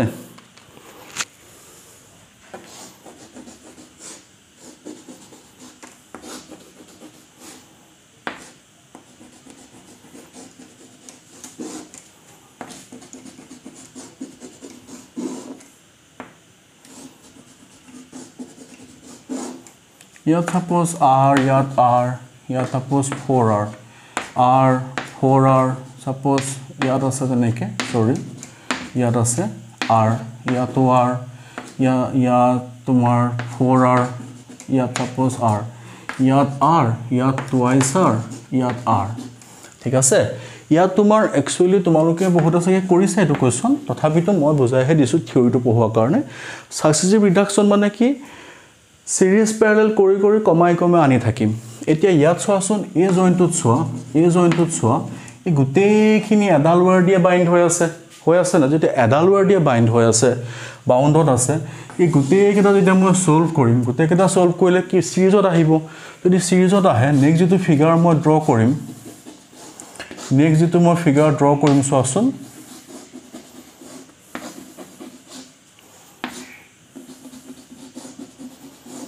নেক্সট যেটো মই ফিগাৰ ড্ৰ কৰিম হেতু মোৰ কিমান আহি যাব চোৱাচোন 4R আহিব 4R অলৰেডি ইয়াত R ইয়াত 4R আকৌ ইয়াত তেনেকে R ইয়াত 4R ইয়াত R ইয়াত R ইয়াত R ইয়াত 4R ইয়াত R অলৰেডি আছে ঠিক আছে এতিয়া নেক্সট স্টেপত চোৱা এই দুটা দেখিছানে 4R কি হৈ আছে প্যাৰেলেলত আছে এটা নেক্সট যদি মই আকিব যাওঁ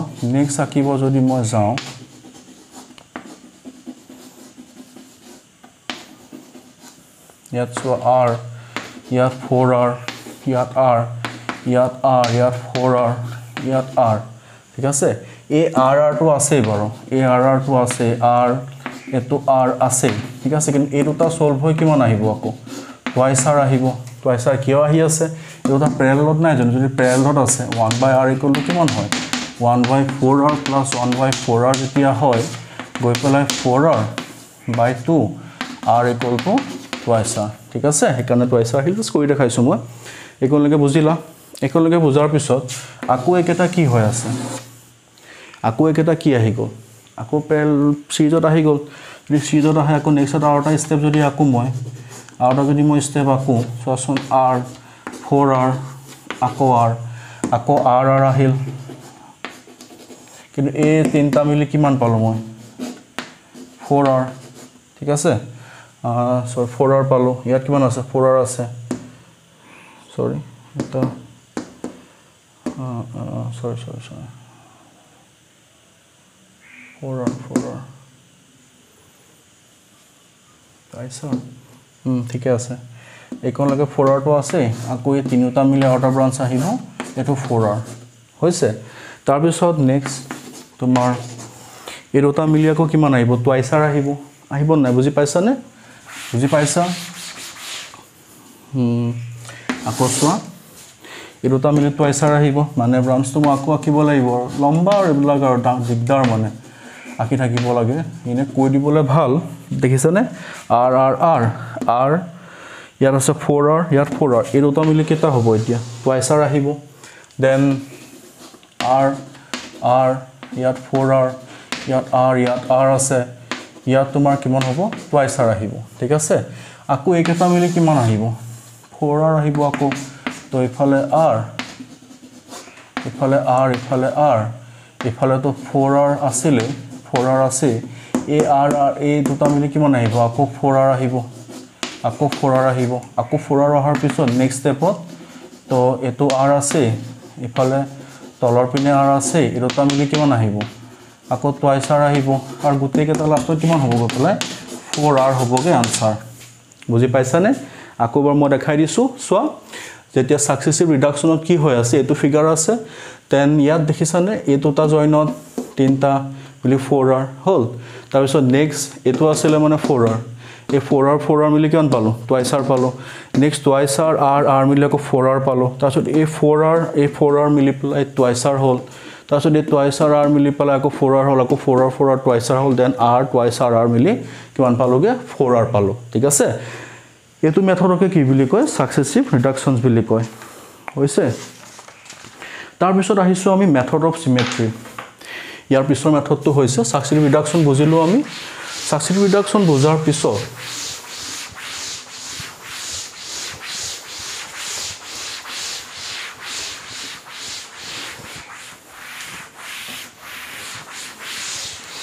সাকসেসিভ ৰিডাকশন বুজাৰ পিছত আমি গৈ আছো মেথড অফ সিমেট্ৰি 2 নম্বৰ মেথড কিহৰ মেথড পঢ়িব গৈ আছো মেথড অফ সিমেট্ৰি তো এতিয়া সো মেথড অফ সিমেট্ৰি যেটা পঢ়িব গৈ আছো মেথড অফ সিমেট্ৰিত হয় কি আমি এটা লাইন ড্ৰ কৰিম ঠিক আছে মানে মিৰৰ টাইপ মোৰ সমুখ যদি সেম হয় তেনে হলে এজ এ হোল যোনটো মানে মিৰৰ সিমেট্ৰি অৰ লাইন সিমেট্ৰি যদি সেম হয় দেন যত সেম হয় সেইখিনি জায়গা আমি ক্যান্সেল আউট কৰি লম তো এটা মই জাস্ট তোমাক ফিগাৰটো দি পেলাই বুজাব খুজিছো আৰু তুমি এটা চোৱা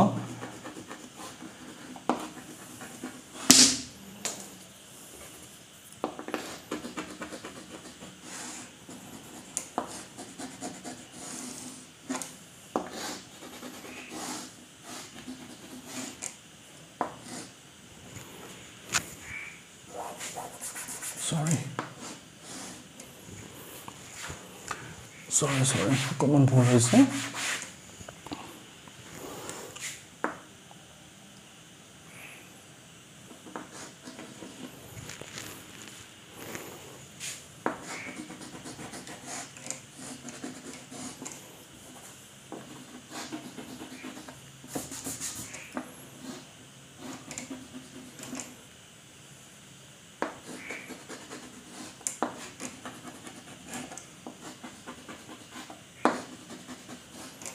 হৈছে এটো এটা তোমাৰ ফিগাৰটো দিত হৈছে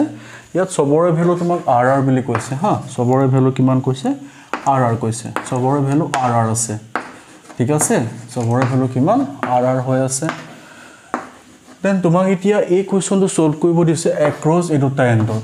ঠিক আছে ইয়াত তুমি এতিয়া কি কৰিবা লাইন সিমেট্ৰি প্ৰিন্সিপল ইউজ কৰিম লাইন সিমেট্ৰি কৰোতে কি হৈ আছে তুমি চোৱাচোন তুমি ইয়াৰ মাজে এটা লাইন ড্ৰ কৰিলা যেহেতু এডাল এক্সিছত উলিয়াব দিছে তুমি ইয়াক এনেকুৱা কৰিব নোৱাৰা ঠিক আছে দেন তুমি ইয়াক এনেকুৱা কৰিব পাৰা ঠিক আছে এনেকুৱা কৰিলে এই গোটেই কেটাৰ এই লাইনত যদি লাইনডাল যেনেকে আছে তেনেকে যদি কিবা ৰেজিস্ট্যান্স পালো তেনটো ক্যান্সেল গলতে লাইনডাল তেনেকে নাই গতিকে এই যেটো মিড পইণ্ট আছে ঠিক আছে এটো কি বুলি কয় লাইন সিমেট্ৰি লাইন বুলি কয় আৰু এটো হৈ আছে পইণ্ট অফ সিমেট্ৰি এটো হৈ আছে পইণ্ট অফ সিমেট্ৰি ঠিক আছে এটা কথাটো হল একনলৈকে বুজাৰ পিছত মই এতিয়া কি কৰিব গৈ আছো ইয়াত যেতিয়া মই খুলি দিম খুলিতে এই জয়েন্টটো খুল খাই যাব তো জয়েন্টটো খুল খাই গলে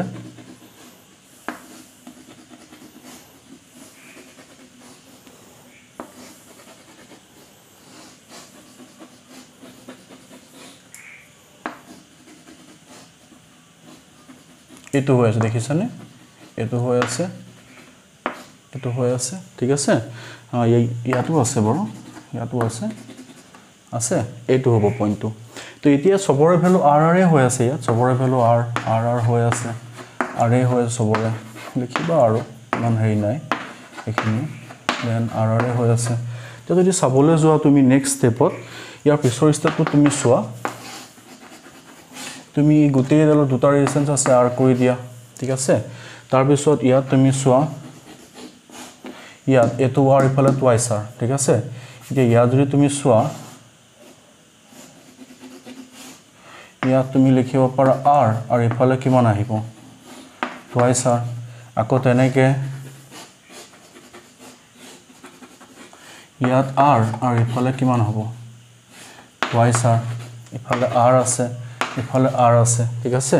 এতিয়া r আৰু টুৱাইস r তুমি যদি ৰেশিও উলিয়াবলৈ যোৱা কিমান হ'বগে তোমাৰ r ৰ ৰেশিও উলিয়াব গলে তোমাৰ টুৱাইস r/3 আহি যাব দেন তুমি যদি ইয়াত কৰা ইয়াত টুৱাইস r এই মাজৰ লাইনডালত কিমান আছে টুৱাইস r আছে আৰু ওপৰত তোমাৰ কিমান আছে ইফালে r আছে এতিয়া ইয়াত আছে r আৰু ইফালে টুৱাইস r 1/r + 1/টুৱাইস r দেন কিমান হ'বগে 3r/টুৱাইস r/3 ঠিক আছে আৰু ইফালে তেনেকে r আহিব আকৌ তেনেকে যদি মই ইফালে চাও ইফালে r আছে ইফালে যদি মই চাও টুৱাইস r/3 আছে দেন ইফালে যাবা আকৌ r আছে তাৰছত এই গোটেইখিনি সিৰিজত আহিব আহাৰ পিছত লাষ্টত গৈ পেলাই গোটেইটো কিহত পামগে প্যাৰালেলত পামগে ঠিক আছে প্যাৰালেলত যেতিয়া পাওঁতে কিমান হৈ আছে এতিয়া এইখিনি সলভ কৰোতে এটো টুৱাইস r ইফালে তোমাৰ r মানে twice r plus twice r/3 মানে 6 8r/3 আৰু ইফালে তেনেকে যেতিয়া মই কৰিম 8r/3 এই তিনিটাও কিহত আহি গ'ল প্যাৰালেলত আহি গ'ল তিনিটা প্যাৰালেলত আহি যেতিয়া কৰিবা আৰু কৰিলে গৈ পেলাই তুমি কিমান পাবাগে তিনিটা 1/r যেতিয়া কৰিবা 1/8r/3 plus 1/টুৱাইস r plus 1/8r/3 তো গৈ পেলাই তুমি পাবাগে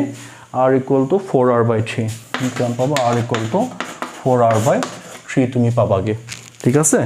দেন এটো হৈ গ'ল তোমাৰ মেথড অফ সিমেট্ৰি লাইন সিমেট্ৰি মই কৰি দিলো ঠিক আছে লাইন সিমেট্ৰি কৰি পেলাই মই কৰিলো এটো বুজি পাইছা সকে লাইনটো কাৰণ এই পইণ্টটো ব্ৰেক হ'ল তাৰপিছত এখিনি এনেকে মই কৰি গলো ঠিক আছে ধুনিয়াকে সকে বুজি পাইছা ডাউট সকে লগা নাই তাৰ পিছত নেক্সট এটা কোৱেশ্চনছ কৰি দিছো এটো মেথড অফ সিমেট্ৰি ওপৰত বেস কৰিয়ে কৰিছো অলৰেডি গোটেইখিনি বৰ নোটছ মই লিংকত দি দিম ঠিক আছে তোমালোকে ডাউনলোড কৰি ললে হ'ল তাত ধুনিয়াকে মই লিখিয়ে দিছো ধুনিয়াকে চাব পাৰিবা এতিয়া নেক্সট গৈ আছো লাইন সিমেট্ৰি ওপৰত তে লাইন সিমেট্ৰি ওপৰত কৰিবলৈ যাওঁতে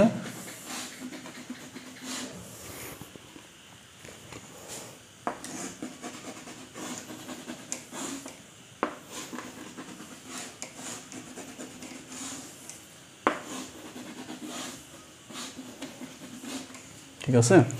তেতিয়া তুমি লাইন সিমেট্ৰি ৰিপোৰ্ট কৰিবা সাপোজ কোৱেশ্চনটো এটো এনেকে যদি তোমাক দিয়ে অথনি মই কৈছিলো যে অথনি আমি এটো এক্সেছৰ ওপৰতে ধৰিছিলো এটো সাপোজ a আৰু b উলিয়াব লাগে মই জপাই দিব কৈছিলো কিন্তু লাইনডালতে পৰিব লাগিব লাইনডালতে পৰিবলৈ যাওঁতে অথনি লাইনডালত পৰা নাছিলে যাৰ কাৰণে পইণ্টটো লাইনডালত পৰিছিল কাৰণে হেতু পইণ্ট অফ সিমেট্ৰি তাক কেনসেল কৰি দিয়া হৈছিল খুলি দিয়া হৈছিল যেহেতু ৰেজিস্ট্যান্স সেম কাৰণে কিন্তু ইয়াত ইডালে আমাৰ লাইন অফ সিমেট্ৰি ই লাইনতে আছে দেন একেটা ৰেজিস্ট্যান্স কি হ'ব कैंसिल हो जाबो যদি कैंसिल हो जाए देन नेक्स्ट কি থাকিল আৰু कैंसिल হৈ গলে এটো হল এটো कैंसिल এটোটা कैंसिल হৈ গল দেন দুটা আহিল দেন ইফালে দুটা আহিল তো তাৰ পিছত গৈ পেলাই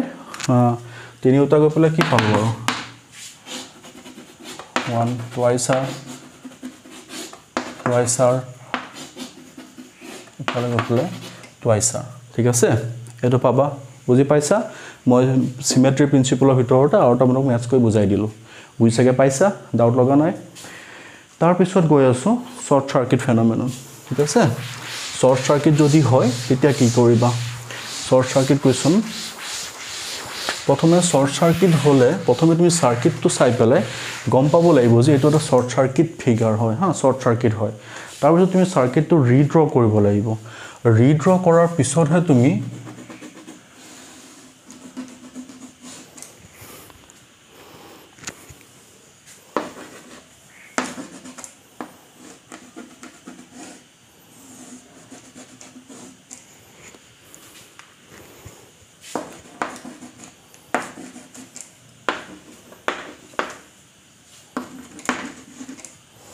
এটো এটা মই শৰ্ট সাৰ্কিট ফেনোমেননটা কৰিব গৈছো মই এটা কলো শৰ্ট সাৰ্কিট কোৱেশ্চন যেতিয়া হয় তাক তুমি গম পাবা কেনেকৈ প্ৰথমতে তুমি চাব লাগিব যে সাৰ্কিটটোত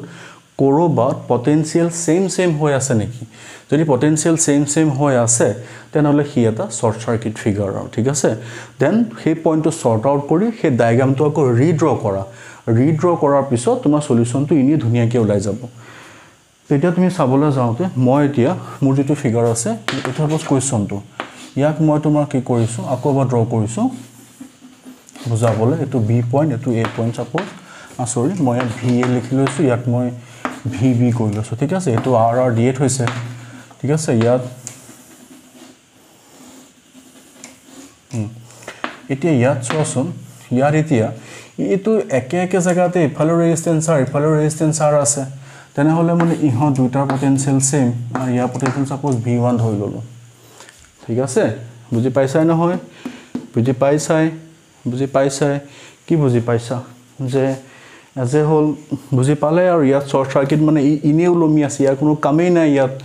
ইয়াৰ পটেনশিয়াল সেম এফালে কাৰেন্ট নাযায় মানে এটা ৰেজিস্ট্যান্সৰ কোনো কামেই নাই ঠিক আছে ৰেজিস্ট্যান্সৰ কোনো কামেই নাই ইয়াক খুলি দিয়া আৰু হৈ গল তথাপি যদি ডায়াগ্ৰামটো আকো বুলি ভাবা তুমি এনেকে এবাক ট্ৰাই এটা মাৰিব পাৰা এনে আকো বুলি ভাবিলে দেন এটো তো ভি পয়েন্টটো কমন আছে না এই ভি পয়েন্টলে ইয়াক তুমি লৈ আনা ঠিক আছে ইয়াক তুমি লৈ আনা ইয়াক টুৱাইছ আৰ আকা ইয়াক তুমি আৰ কৰা দেখিছানে আচ্ছা কিন্তু ই আহি ইয়াতে লাগি আছে ইয়াক ইয়াৰ লগত ভি ভি লাগি আছে হয় কিন্তু ইয়াক যদি ইয়ালে আনিবা ভি বিও ইয়ালে গুচি আহিব মানে ইয়াৰ পৰা তোমাৰ আৰ ওলাল ভি বি ঠিক আছে হৈ গল কিন্তু এই জায়গাটো তো পটেনশিয়াল কি হল ইয়াৰ পৰা গৈ ঘূৰি পটেনশিয়াল সেম হয় দেন কাৰেন্ট ফ্লো নহব যেন জিৰো পটেনশিয়াল দেন একন কাটি পেলাই দি আৰু কাম নাই তেনে হলে সাৰ্কিট কোপা আৰম্ভ হৈছে ভি এ পা ঠিক আছে ৰেজিস্ট্যান্স আৰ আছে গল একন কাটি দিলা ভি কাটি দিলা কাম নাই গৈ পেলাই ভি বি পালা ৰেজিস্ট্যান্স আৰ মানে টোটাল ৰেজিস্ট্যান্স কিমান পালা টুৱাইছ আৰ পালা কত পালা across V A N across V B পালা ঠিক আছে বুজি পালা শর্ট সার্কিট ফেনোমেনন বুজিলা ঠিক আছে দেন একন হোৱাৰ পিছত একনটো হৈ গল আমাৰ মোটামুটি ৰেজিস্ট্যান্স হৈ গল তাৰ পিছত আমাৰ কেটামান শৰ্ট ফৰ্মুলা মই দি দিও শৰ্ট ফৰ্মুলা মই দি আছো কিহৰ কাৰণে কেতিয়াবা আমাৰ নিউমাৰিকেল বিলাক কওঁতে আমাক লাগে ধৰি লৈছো আমি যে অলপ আগতে সিৰিজ ৰেজিস্ট্যান্স পঢ়িলো সিৰিজ ৰেজিস্ট্যান্স পঢ়োতে ভোল্টেজ আমি ভি এপ্লাই কৰিলো ইয়াত ভোল্টেজ v1 ইয়াত ভোল্টেজ v2 ইয়াত voltage v3 ৰেজিস্ট্যান্স r1 r2 r3 আছে কাৰেন্ট ইয়াৰ মাজেৰে গৈছে i গৈছে ঠিক আছে একচুয়ালি ইয়াত ভেৰিয়েবল ফ্যাক্টৰ কোন হয় ভোল্টেজ হয় নহয় আৰু ভেৰিয়েবল কোন হয় ৰেজিস্ট্যান্স ইয়াত এজ এ হোল কারেন্টটো ফিক্স থাকে না থাকে এটা কারেন্টটো ফিক্স থাকিলে এজ এ হোল যদি মই চাও v1 v2 যদি v3 যদি মই চাব যাও তাৰ ওপৰত ডিপেন্ডেন্ট r1 r2 r3 ওপৰত ডিপেন্ডেন্ট ঠিক আছে ইয়াৰ পৰা যদি মই v1 উলিয়াব লাগে কি হয়গে এবং মই ডেফিনেট কৰি থকা নাই ডাইৰেক্ট আমরা দি দিছো r1 r2 r3 into v তেনেকৈ যদি v2 ভ্যালু ডাইৰেক্ট উলিয়াব লাগে যদি ভ্যালু এটা গম পাও r2 by r1 r2 r3 into v ঠিক আছে তেনেকৈ যদি মই v3 চাও r3 by হ'ব আৰু বুজি পাইছা ডাউট লগা নাই সিমিলাৰলি যদি মই কাৰেন্টৰ ক্ষেত্ৰত চাবলৈ যাও ৰেজিস্ট্যান্স r1 আছে ৰেজিস্ট্যান্স ইয়াত ধৰিলো r2 আছে ঠিক আছে কানেক্টেড বাই পটেনশিয়াল সাপোজ v ইয়াৰ মাজে কারেন্ট i আছে এফালে i1 গৈছে এফালে i2 গৈছে ঠিক আছে ইয়াত তোমাৰ কি হৈ আছে ভোল্টেজ দুটা জায়গাতে সেম কিন্তু ৰেজিস্ট্যান্স বেলেগ আৰু কাৰেন্ট বেলেগ ইয়াৰ ক্ষেত্ৰত কি হৈ আছে i1 is to i2 is equal to R1 is to R2 হয় এতিয়া ইয়াত যদি তোমাক যদি ইয়াত সৰি ইয়াত R1 ইয়াত R2 ইয়াত যদি তোমাক I1 উলিয়াব দিয়ে কেতিয়াবা এটা formula R1 plus R2 by I ভুল নহয় না এটো R2 হ'ব I1 ৰ কাৰণে আকৌ যদি কেনেবাকে I2 উলিয়াব দিয়ে R1 by R1 plus R2 into I হৈছে ঠিক আছে দেন আজিলে মই ইয়াতে ইমা বহুত সময় হৈ গৈছে ঠিক আছে কন্টিনিউ কৰি আছো ক্লাস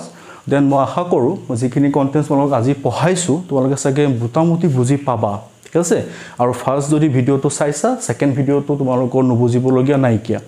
গতিকে মই আশা কৰিম মই যেটো তোমালোকৰ এটা ৰিভিজন ক্লাস চলাই আছো দ ৰিভিজন ক্লাসটো থৰি তোমালোকৰ যিখিনি ষ্টুডেন্টস 12ত আহিছা তেওঁলোকৰ কাৰণে বহুত ধুনিয়াকৈ বুজাই দি মই গৈ আছো আজিখিনি 12ত অলৰেডি পৰীক্ষাৰ কাৰণে ওয়েট কৰি আছা সবৰে সাগে মোটামুটি ভালকৈ ৰিভিজন হ'ব ড্ৰপাৰ্ছৰ ষ্টুডেন্টৰ মোটামুটি এবাৰ ৰিকলিং হৈ যাব গোটে বস্তুখিনি গতিকে আশা কৰো সবৰ যাতে ভাল হয় ভালকৈ থাকিবা ভালকৈ পঢ়া শুনা কৰা নগাঁও তথা অসমৰ নাম ভাৰতৰ ভিতৰত আমি এজ হোল উজ্বলাব লাগিব ঠিক আছে গুড লাক